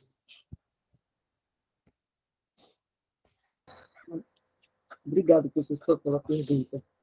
Bom, em relação à primeira pergunta, que é nomear as mulheres, eu já tenho contato com 7 mulheres aqui de Goiânia. 7 delas são escritoras, uma de livro já publicado, né, de contos infantis, e tenho mais 6 que publicam em Instagram, em blogs, tem blogs de literatura, dão oficinas de literatura e são professores da área também. Então, você tem um recorte bem específico, mulheres que produzem atualmente ainda tal literatura, né? Isso, que estão na literatura. Okay. Como eu ainda estou no comecinho da pesquisa, né, ainda estou passando pelo comitê de ética, elas ainda não assinaram o documento, mas já estou em contato, né, já organizando esse grupo, né, de debate, discussão de afetividade. Então, o professor Marcelo tem mais 3, eu tinha acho que 4 na semana passada, né, que eu te falei, temos agora 7 mulheres, né, que estão interessadas e que aceitaram fazer essa pesquisa. E eu penso, professor, que aqui Goiânia é uma cidade muito nova, ela tem só 88 anos, né, ela é muito jovem, mas o peso do colonialismo dela aqui é imenso, é bem complicado. Né? Então, a busca por essas mulheres, esse recorte temporal, eu estou pensando ainda, eu imagino que anos 2000 mesmo, até porque eu vou tratar com mulheres jovens, né, a partir de 18 anos, eu quero tratar a partir dessa idade, uma questão também de comitê de ética, para já ter essa autorização de fala também, né, falar por si. Mas aqui em Goiânia, esse trabalho, ele não é fácil encontrar essas mulheres, não que elas não existam, né, porque elas realmente existem, e quando eu vou abrir no campo, procurando ela já vai me indicando a outra colega, falar, tem uma amiga que também trabalha nessa proposta, tem uma amiga que também faz, e isso também está dentro dessa ancestralidade que vem falando, que é essa ancestralidade de voz mesmo, desse compartilhar dessas vozes também, né, de formar esses grupos, de formar esses aquilombamentos. Eu participo de 3 grupos de mulheres, que é o Grupo de Mulheres Negras Malunga, o Coletivo Rosa Parks. Estou ensaiando de entrar em pesquisa com o OBIA também, com a professora Tânia Rezende, que é da UFG, que trabalha com a Leodegária, né, com a escritora Leodegária, escritora negra daqui de Goiás, né, não é de Goiânia especificamente, mas é daqui do estado de Goiás.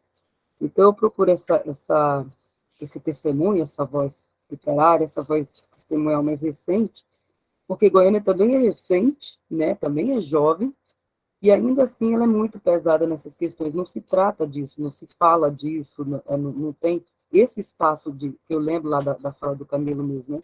Esse local de fala e esse local de escuta é uma parceria, na verdade, né? A Quilomba fala, se o outsider falar, o outsider é o outro do outro, que seria a mulher negra falar, quem vai escutar? Né? Quem daria importância a essa escuta, né? A Espiva, que vai falar também lá do se pode o subalterno falar.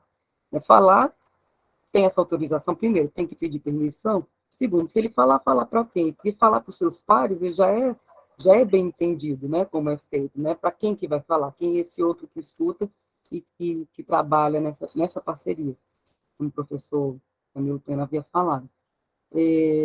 Qual foi a outra pergunta? Acho que, em relação a Evarista, ela fala também de escrevivência, eu vou pesquisar, eu ainda não comecei esse trabalho, ainda estou bem na base, mas vou pesquisar a questão desse escreviver mais antigo também, anterior a Evarista, mas ela fala também, né, tem até um trechinho aqui que ela fala em Submissas Lágrimas de Mulheres, que ela fala assim, o real vivido fica comprometido e quando se escreve, o comprometimento ou não comprometimento entre o vivido e o escrito aprofunda mais o fluxo. Entretanto, afirma aqui, ao registrar essas histórias, continua no premeditado ato de traçar uma escrevivência. Então, ela também traz essa palavra de escrevivência.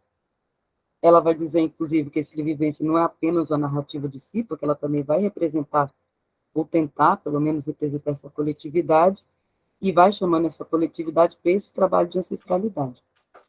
Esse lugar de fala que eu trato também acho que especificamente aqui para Goiânia, ele entra como um local de atravessamento interseccional geográfico mesmo, né? Por isso que eu vou trazer ali também a Rodozarate, que vai ter essa interseccionalidade geográfica, né, de local que ela fala, porque, como eu disse antes, aqui não se trata desses assuntos, não se fala disso. Né? E quando eu falo lá que são as vozes e os corpos das mulheres, porque esse corpo da mulher negra, mas eu percebo, eu não sou daqui de Goiânia, mas eu estou aqui há 20 anos, né?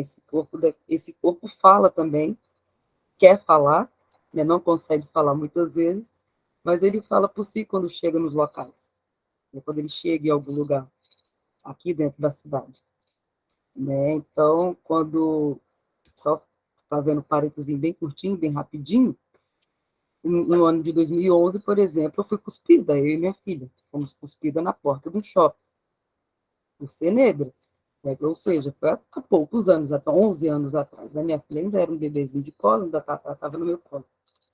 Então, é uma coisa assim que a gente parece inimaginável, que eu vi no trabalho da colega Antonielli, por exemplo, que já tinha essa tentativa de negociação, ainda que não tinha uma escuta, né, ou tinha uma escuta forjada, né, uma falsa escuta, vamos dizer assim, mas já tinha uma tentativa de negociação, e em 1700, né, e pouco, a gente vê agora nos anos 2000, século XXI, ainda tem que tentar fazer essa negociação.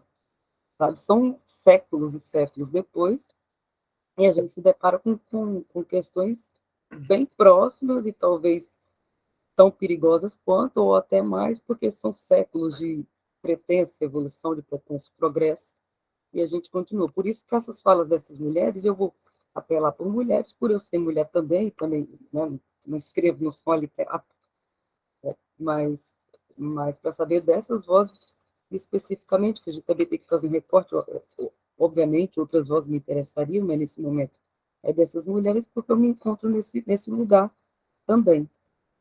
Né? E acho que é isso, eu não sei se eu respondi, ou se eu dei uma circulada, porque eu sou muito circular também, mas acho que é isso. Obrigada pela pergunta.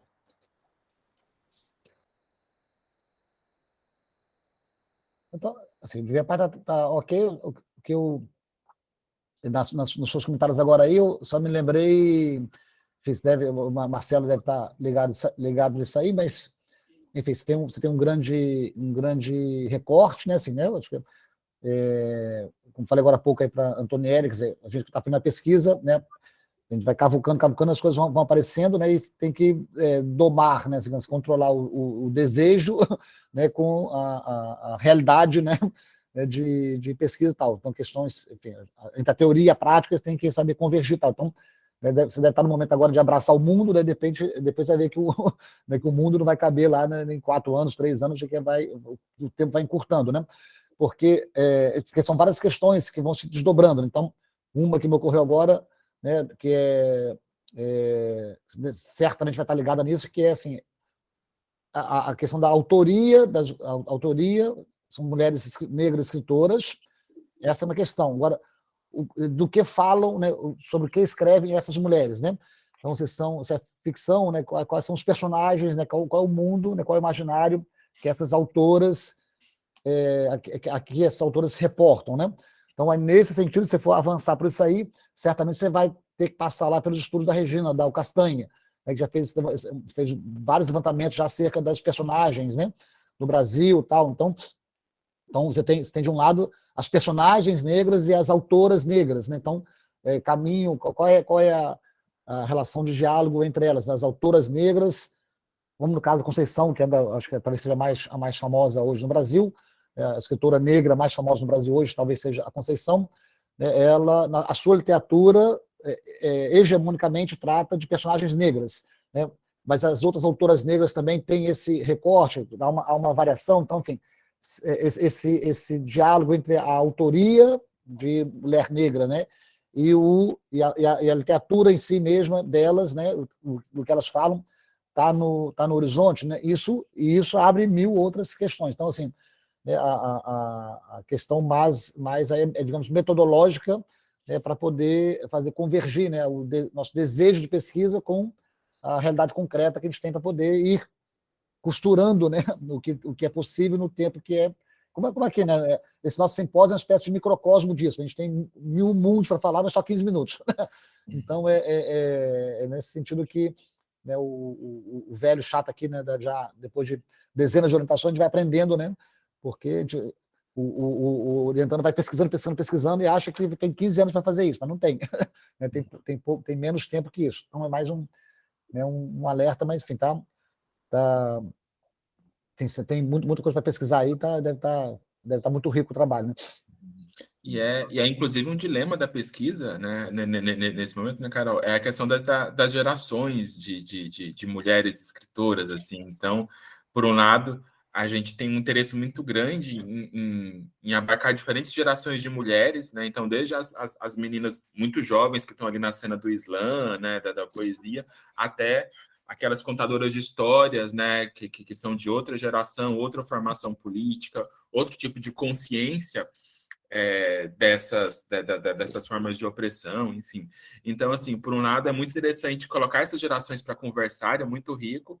Por outra, a questão do tempo, talvez uma geração mais... Trabalhar com uma geração só, com as meninas do Islã, por exemplo, né, teria um outro tipo de aprofundamento. Enfim, então, é um dilema de pesquisa, né? São caminhos aí que trazem as suas vantagens e desvantagens e que é o momento de ir conversando, pensando, né?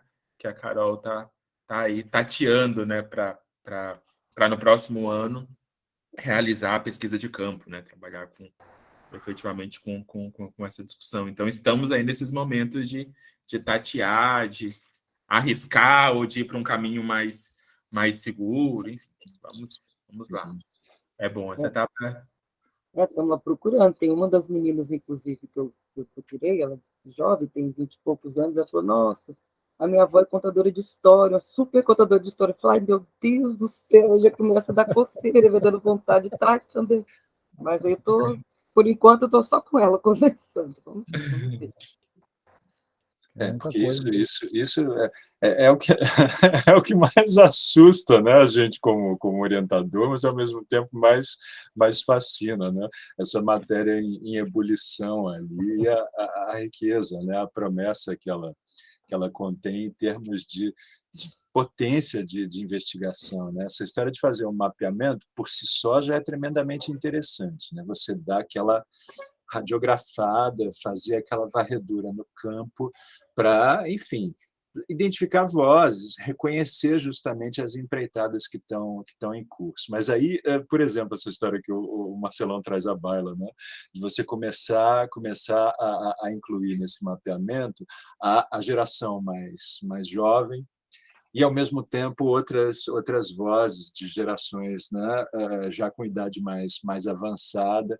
E aí, que tipo de linguagem está em jogo, né, num caso e no outro? Enfim, isso realmente é uma pesquisa fascinante. Você vai ter trabalho, de fato, aí para determinar o que, né, onde vai incidir com mais intensidade o foco, mas tem aí um trabalho de pesquisa fascinante pela frente. Parabéns para vocês. E, somando, gente, já faço enfim, pergunta, parabéns também, antes de mais nada, para a Vitória. Vocês, meninas, me parecem, deixam muito claro ali um negócio que, para mim, é fundamental. Marcelão e Bitts são sempre muito modestos na forma como eles próprios apresentam, me parece, o que constitui desdobramento, no meu entender, claríssimo do trabalho que eles mesmos vêm fazendo, né? Essa história que o Bitts sempre sinaliza lá, de uma espécie de, Marcelão também, uma espécie de saldo devedor lá da pesquisa em torno de testemunho no Brasil relativamente à poesia. Bom, para nem falar, né, no que vem sendo aí o trabalho do próprio Bitts nesse campo, e o que o trabalho do próprio Bitts em si mesmo significa em termos de crítica do que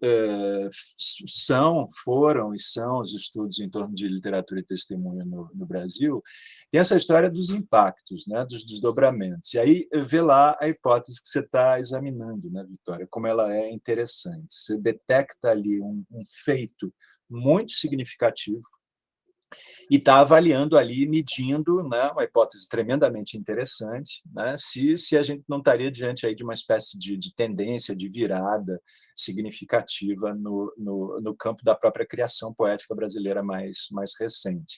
Bacanésimo, importantíssimo. Aqui, para os meus camaradas, eu lembraria, porque, como eu sempre admito, né, com todas as letras, eu sou ranzinza, eu sou meio chato, talvez tenha ali uma veia da minha parte excessivamente polêmica, muitas vezes, mas eu acho que a gente tem uma tarefa de metacrítica muito importante a fazer do alto aqui do trabalho que a gente tem levado a cabo nos últimos anos, né? Não se trata mera e simplesmente, me parece, de dar o recado de que a poesia está ali sendo menos investigada, ponto. Se trata, como o Beat já começou a fazer em diferentes ocasiões, de atacar essa questão de frente, né? Por exemplo, lá quando o Beat discutiu a crítica de poesia no Brasil, e detectou ali certos parâmetros, certos critérios subjacentes que eram muito claramente enviesados ali de tal maneira que o testemunho ou testemunhal acabava sendo ali posto de escanteio. Esse tipo de discussão, me parece, a gente precisaria fazer talvez de maneira mais decisiva, né? Marcelão discute esse problema lá num plano teórico, conceitual, de forma muito interessante. Um trabalho recente, né, que você publicou, Marcelo, tem muita reflexão em torno disso. E né, no trabalho da Vitória, por exemplo, você já tem a história do desdobramento concreto na forma da investigação da produção recente, o que isso é, o que isso significa, que peso isso tem no contexto mais amplo do fazer poético contemporâneo, né?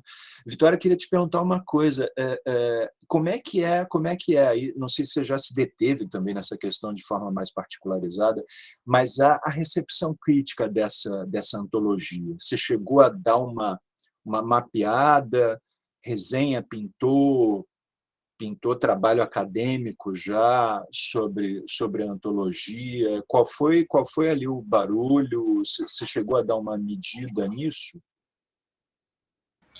Obrigada pela pergunta, professor.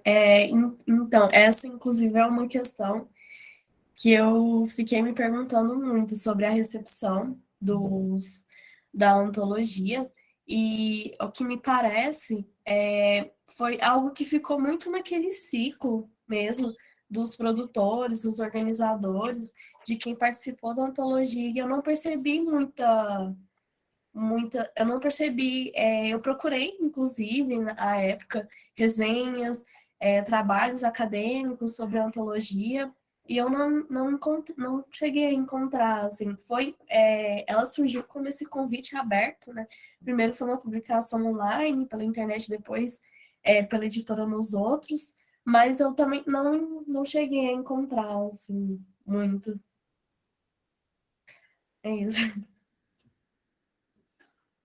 Bacana. Você Ah, abrindo veredas aí, abrindo sim.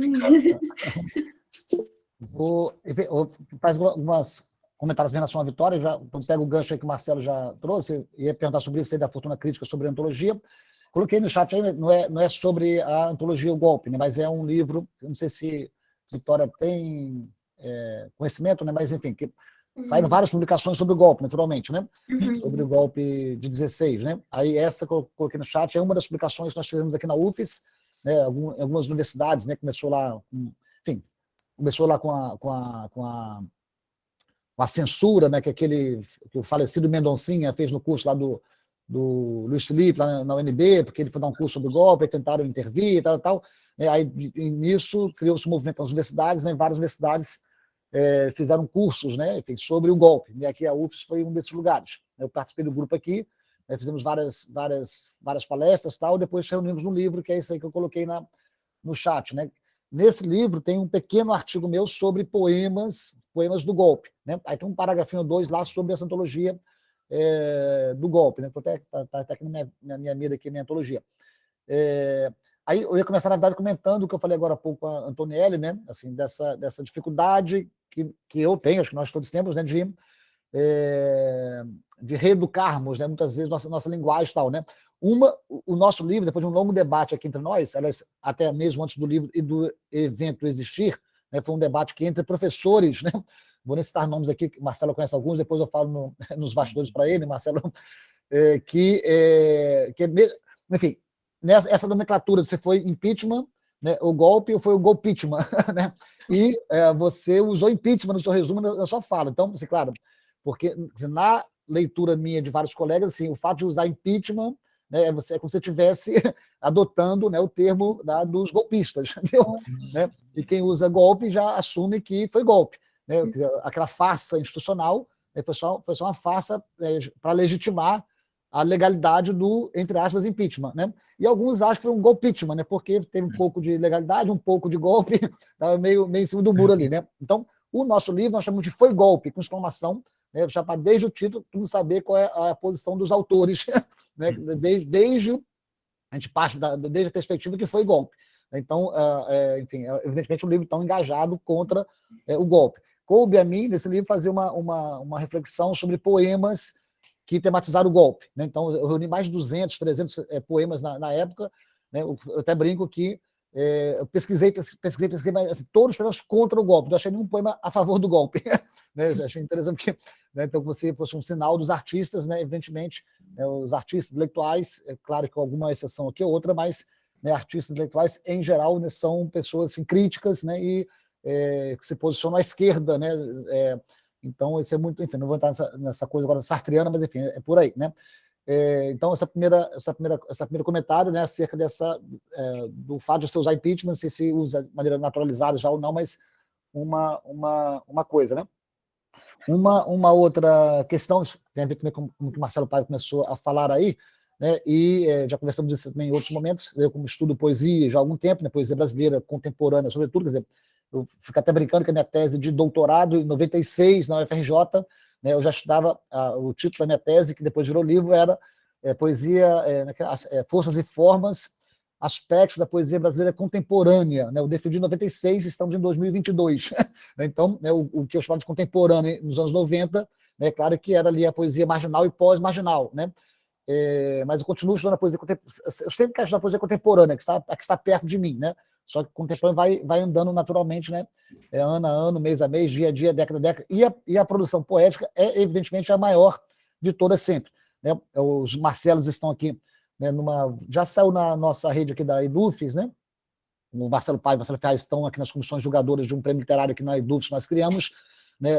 As inscrições se encerraram agora essa semana, e mais uma vez, e como sempre nesses concursos literários, né, nós abrimos para 6 gêneros, né, infantil, juvenil, teatro, romance, contos e poesia. Né, como sempre, poesia é o gênero que mais tem inscrição. Então, assim, né, ela é mais que o dobro que o segundo lugar, porque fazer poesia, claro, a provocação é muito fácil. Você pega qualquer papel, sai digitando e chama de poema e pronto.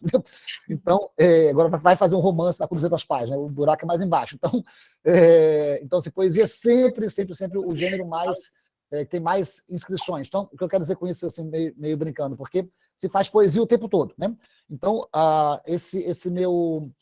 Eu, ao mesmo tempo, né, eu sou, né, não é nada bipolar, não, mas eu tenho uma coisa que eu, ao mesmo tempo que eu adoro o poema, né, assim, o microcosmo do poema, eu também adoro um panorama.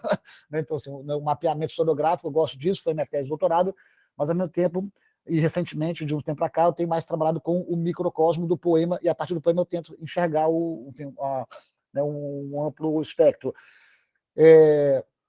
Aí, nesse sentido do panorama, né, que aí como você começou, estou falando isso para voltar aí às suas reflexões, né, é que em termos panorâmicos, e todo panorama, então, portanto, parte de hegemonias, né, senão que são, enfim, são relações de força, né, que se estabelecem, né, enfim, a partir de certos aspectos, tal, né, nesse sentido é que, como você marcou muito bem, né, e o meu artigo não tinha essa condição de dizer isso, né, é que até certo momento, em termos panorâmicos, portanto, em termos hegemônicos, né, no caldeirão, que é sempre, né, a produção de poesia e, por extensão, da crítica de poesia, né, que tinha esse quadro, né, que eu até fui recolher aqui em certo momento, a partir de um grande grupo de produção poética no Brasil, né, que eu chamei, para não ficar naquela coisa do, enfim, o Caldeirão tem de tudo, não sei o quê, e acaba que ninguém aponta especificamente que forças são essas, né?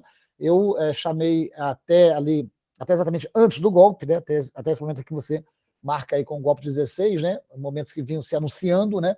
Mas com anos anteriores a isso, né? A essa, enfim, o Temer, uma espécie de Michel Temer, né? Uma espécie de mediação, né? De transição, né? Para um governo de esquerda que passa pelo Temer, que é o ex-vice, né, enfeitado lá, como é que fala, decorativo, né, da Dilma, para dar lugar, né, a essa coisa chamada extrema-direita encarnada nesse Bolsonaro. Então, essa guinada, né, política, né, no Brasil, essa galera acompanhou, de fato, como você marcou muito bem, e a antologia ela dá visibilidade a isso, né? Acompanha também uma explicitação dessa força política que estava abafada até então, né? Então, claro que ela sempre existiu, continua existindo, mas, como eu falei no artigo em alguns textos, né, e você marcou isso muito bem, e o Marcelo Ferraz, né, já tem apontado isso em vários textos dele, né, a essa guinada, digamos, até de abordagem, né, de tematização, né, na própria poesia. Então, aquilo que eu chamava, até algum momento, de poesia hegemonicamente ensimesmada, desengajada, desengraçada e autotélica, né, esse quadro mudou. Né, esse quadro mudou porque parece que a poesia, a arte acordou. Né, com o quê? Com o golpe. Né? Então, acho que a sua pesquisa assim, é hiper, mega relevante, né, vai pegar um corpus bastante grande, né, como também, já falamos com relação à relação a Antonelli, né, você tem aí um trabalho difícil que é ver se você vai conseguir se comportar, com o termo ambivalente, comportar, assim, né, se portar, né, com e se ter, né, a própria antologia, porque há outras antologias e outras obras próximas, né, e parentes dessa antologia do golpe, né, como você mesma já citou. Então, se você vai recortar só a antologia, aí você vai deixar alguém de fora, né? E a antologia vai ser o farol que você pode iluminar a vizinhança, né? Então, enfim, e apontar isso que você já tem apontado, os problemas sociais, você trouxe aqui, né, citou aqui a Jéssica Balbina, Mel Duarte e Maria Júlia Pinheiro, né, dando destaque aí às autoras femininas. Então, assim, tem muito material, né? Tem muito material, acho que estamos agora, não sei qual é o seu prazo aí, mas a gente está agora em julho de 22, né, estamos todos aqui aguardando outubro, né, para ver se essa desgraça desaparece, né, ou no primeiro turno ou no segundo turno. Então, medir, né, o tempo, né, o tempo da sua pesquisa, da sua defesa, pode ser quando você defender esse tempo ao qual a antologia se volta, né, que é do golpe, né, ele talvez tenha passado, né, se essa extrema-direita sair do poder. Então, você vai ter muitos tempos, né, o tempo antes do golpe, o tempo do golpe, da antologia, e o tempo pós-golpe, que é quando o Bolsonaro sair do poder, que é o que esperamos. Então, assim, só ficar ligado nessas temporalidades. E uma coisinha só que você falou acho que umas 2 vezes, eu até demorei a primeira vez a entender, só está falando da Yumna Simon, né? Para não se ela ouvir isso, ela vai ter né? Ela é toda, né? Enfim. Também comentários assim, gerais, né? Se os colegas têm alguma coisa a comentar, mas a pesquisa está ótima, está encaminhando aí, vai ficar bem bacana. Não sei se você conhecia o livro aí, Foi Golpe, né? Acho que tem na internet gratuitamente o livro, né? Mas ele também é fácil de encontrar. Tá? Obrigada, professor, pelas considerações. Eu não conhecia o livro, fiquei muito curiosa agora já para ler o momento em que o senhor vai tratar da antologia. E a pesquisa foi uma iniciação científica que eu fiz, orientada pelo professor Marcelo, e depois a gente também transformou num artigo em conjunto. E realmente eu percebi durante a pesquisa e também finalizando que dava para tratar de muita coisa, de alargar mais ainda, né? Infelizmente, por causa do formato, né, do artigo, não deu para tratar de mais poemas, de fazer uma análise um pouco mais profunda. Inclusive, eu achei muito bacana a análise, que traz diversas perspectivas, assim, pensando nas mulheres, traz as mulheres dos slams, das mulheres negras, é um perfil realmente muito heterogêneo, são muitas produções, e realmente daria para fazer uma dissertação sobre um universo, assim. E obrigada pela questão né, de eu ter nomeado impeachment, e realmente é uma coisa que fica esse vício, assim, né? E a Yumina Simon também, eu não sabia, eu pensei que seria Simon mesmo. É quando Paul Simon Garfunkel, deve ser. Sim, mas é isso mesmo. E nisso eu até fiquei me perguntando, né, em relação é porque é uma crise, assim, que a gente está vivendo ali. A gente teve esse início ali em 2013, né, com as jornadas de junho, e a gente está vivendo até hoje, né? E eu também percebi, e aí eu pensando também na questão da pandemia, né? E teve algumas antologias que eu tinha pesquisado um pouco sobre, mas são poemas do Drummond, poemas que não são escritos agora, não teve ainda essa iniciativa, como teve com a Golpe, com a Lula Livro, com a Vinagre. E aí eu até fiquei me perguntando, né, se ainda se terá, né, se essa iniciativa, né, essa virada na poesia para testemunhar esses problemas, para testemunhar a crise, isso vai ter continuidade, pensando no momento que a gente está vivendo agora, né, que a gente ainda não sabe nomear direito muita coisa, né, a gente está ali no olho do furacão, e aí, realmente, é algo que está aberto, assim, e há outros trabalhos também, seria muito bacana, assim, ver isso acontecendo. Roger, só, mesmo que você fique, né, assim, é claro, uma decisão sua com o Marcelo aí, né, só entrar na antologia Golpe, né, porque já tem muito material ali, uma antologia volumosa, grande, enfim, você não precisa sair dela, mas para a sua ciência, assim, até como desdobramento e visibilidade do momento atual da poesia no Brasil, são 4 antologias, todas elas da CULT, né? Estão saindo aí, né, as antologias da CULT, mas são todas elas de caráter político, né? Não são sobre o golpe especificamente, mas elas são muito próximas, do ponto de vista ideológico, digamos assim, né, à antologia do golpe. Né? Então, mesmo que você trate só da antologia do golpe, né, é bom você conhecer essas outras antologias, porque elas partem do mesmo sentimento, né, de revolta, né, enfim, contra, né, esse momento atual, né? Não só essas 4 antologias da CULT, como também da CULT, essa antologia de que falamos ontem aqui na fala do Nelson, essa antologia que o Puxê organizou com os poemas presos políticos. Então, assim, tem um clima, né, no Brasil hoje, gerado, né, pela extrema-direita, que, enfim, intelectuais, artistas e poetas e críticos de poesia estão se voltando agora para tentar, enfim, se insurgir, né, se revoltar, ir contra, né, esse atual momento. Então, esse excesso, entre aspas, essa presença, essa aparição, esse surgimento desse monte de antologias, né, ela é muito sintomático, né? E a antologia do golpe não que seja um marco, mas assim, ela é vital, é nuclear, né, nesse panorama nosso. Então, assim, né, você tem muito material ali, mas você tem um material em torno, né, que vai agregar para você, mas não estou sugerindo que você incorpore, não, só que você tenha conhecimento e ciência até para poder fazer referência a essas outras antologias que são de parente da golpe. Tá? Certinho, obrigada, viu? Muito obrigada.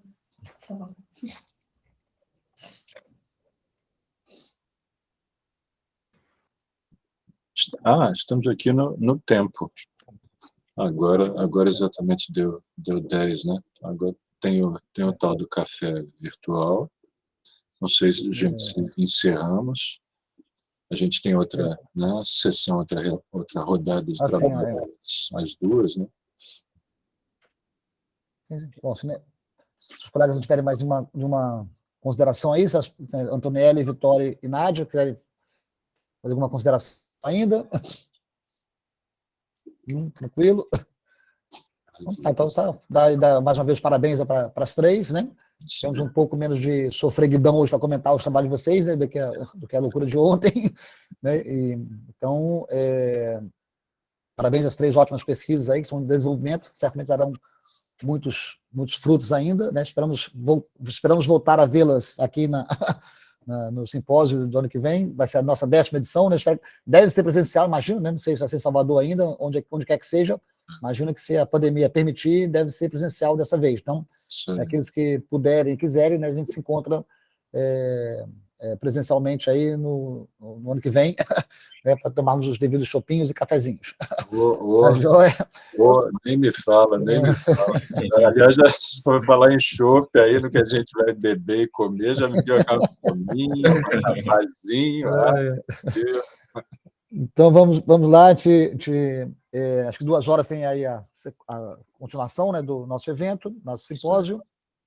Hoje, agora foi a 3ª mesa, vamos para a 4ª mesa, passamos da metade, então, vamos para a 4ª mesa agora às 14 horas, de 14 às 16, né, e amanhã é nosso último dia, tá?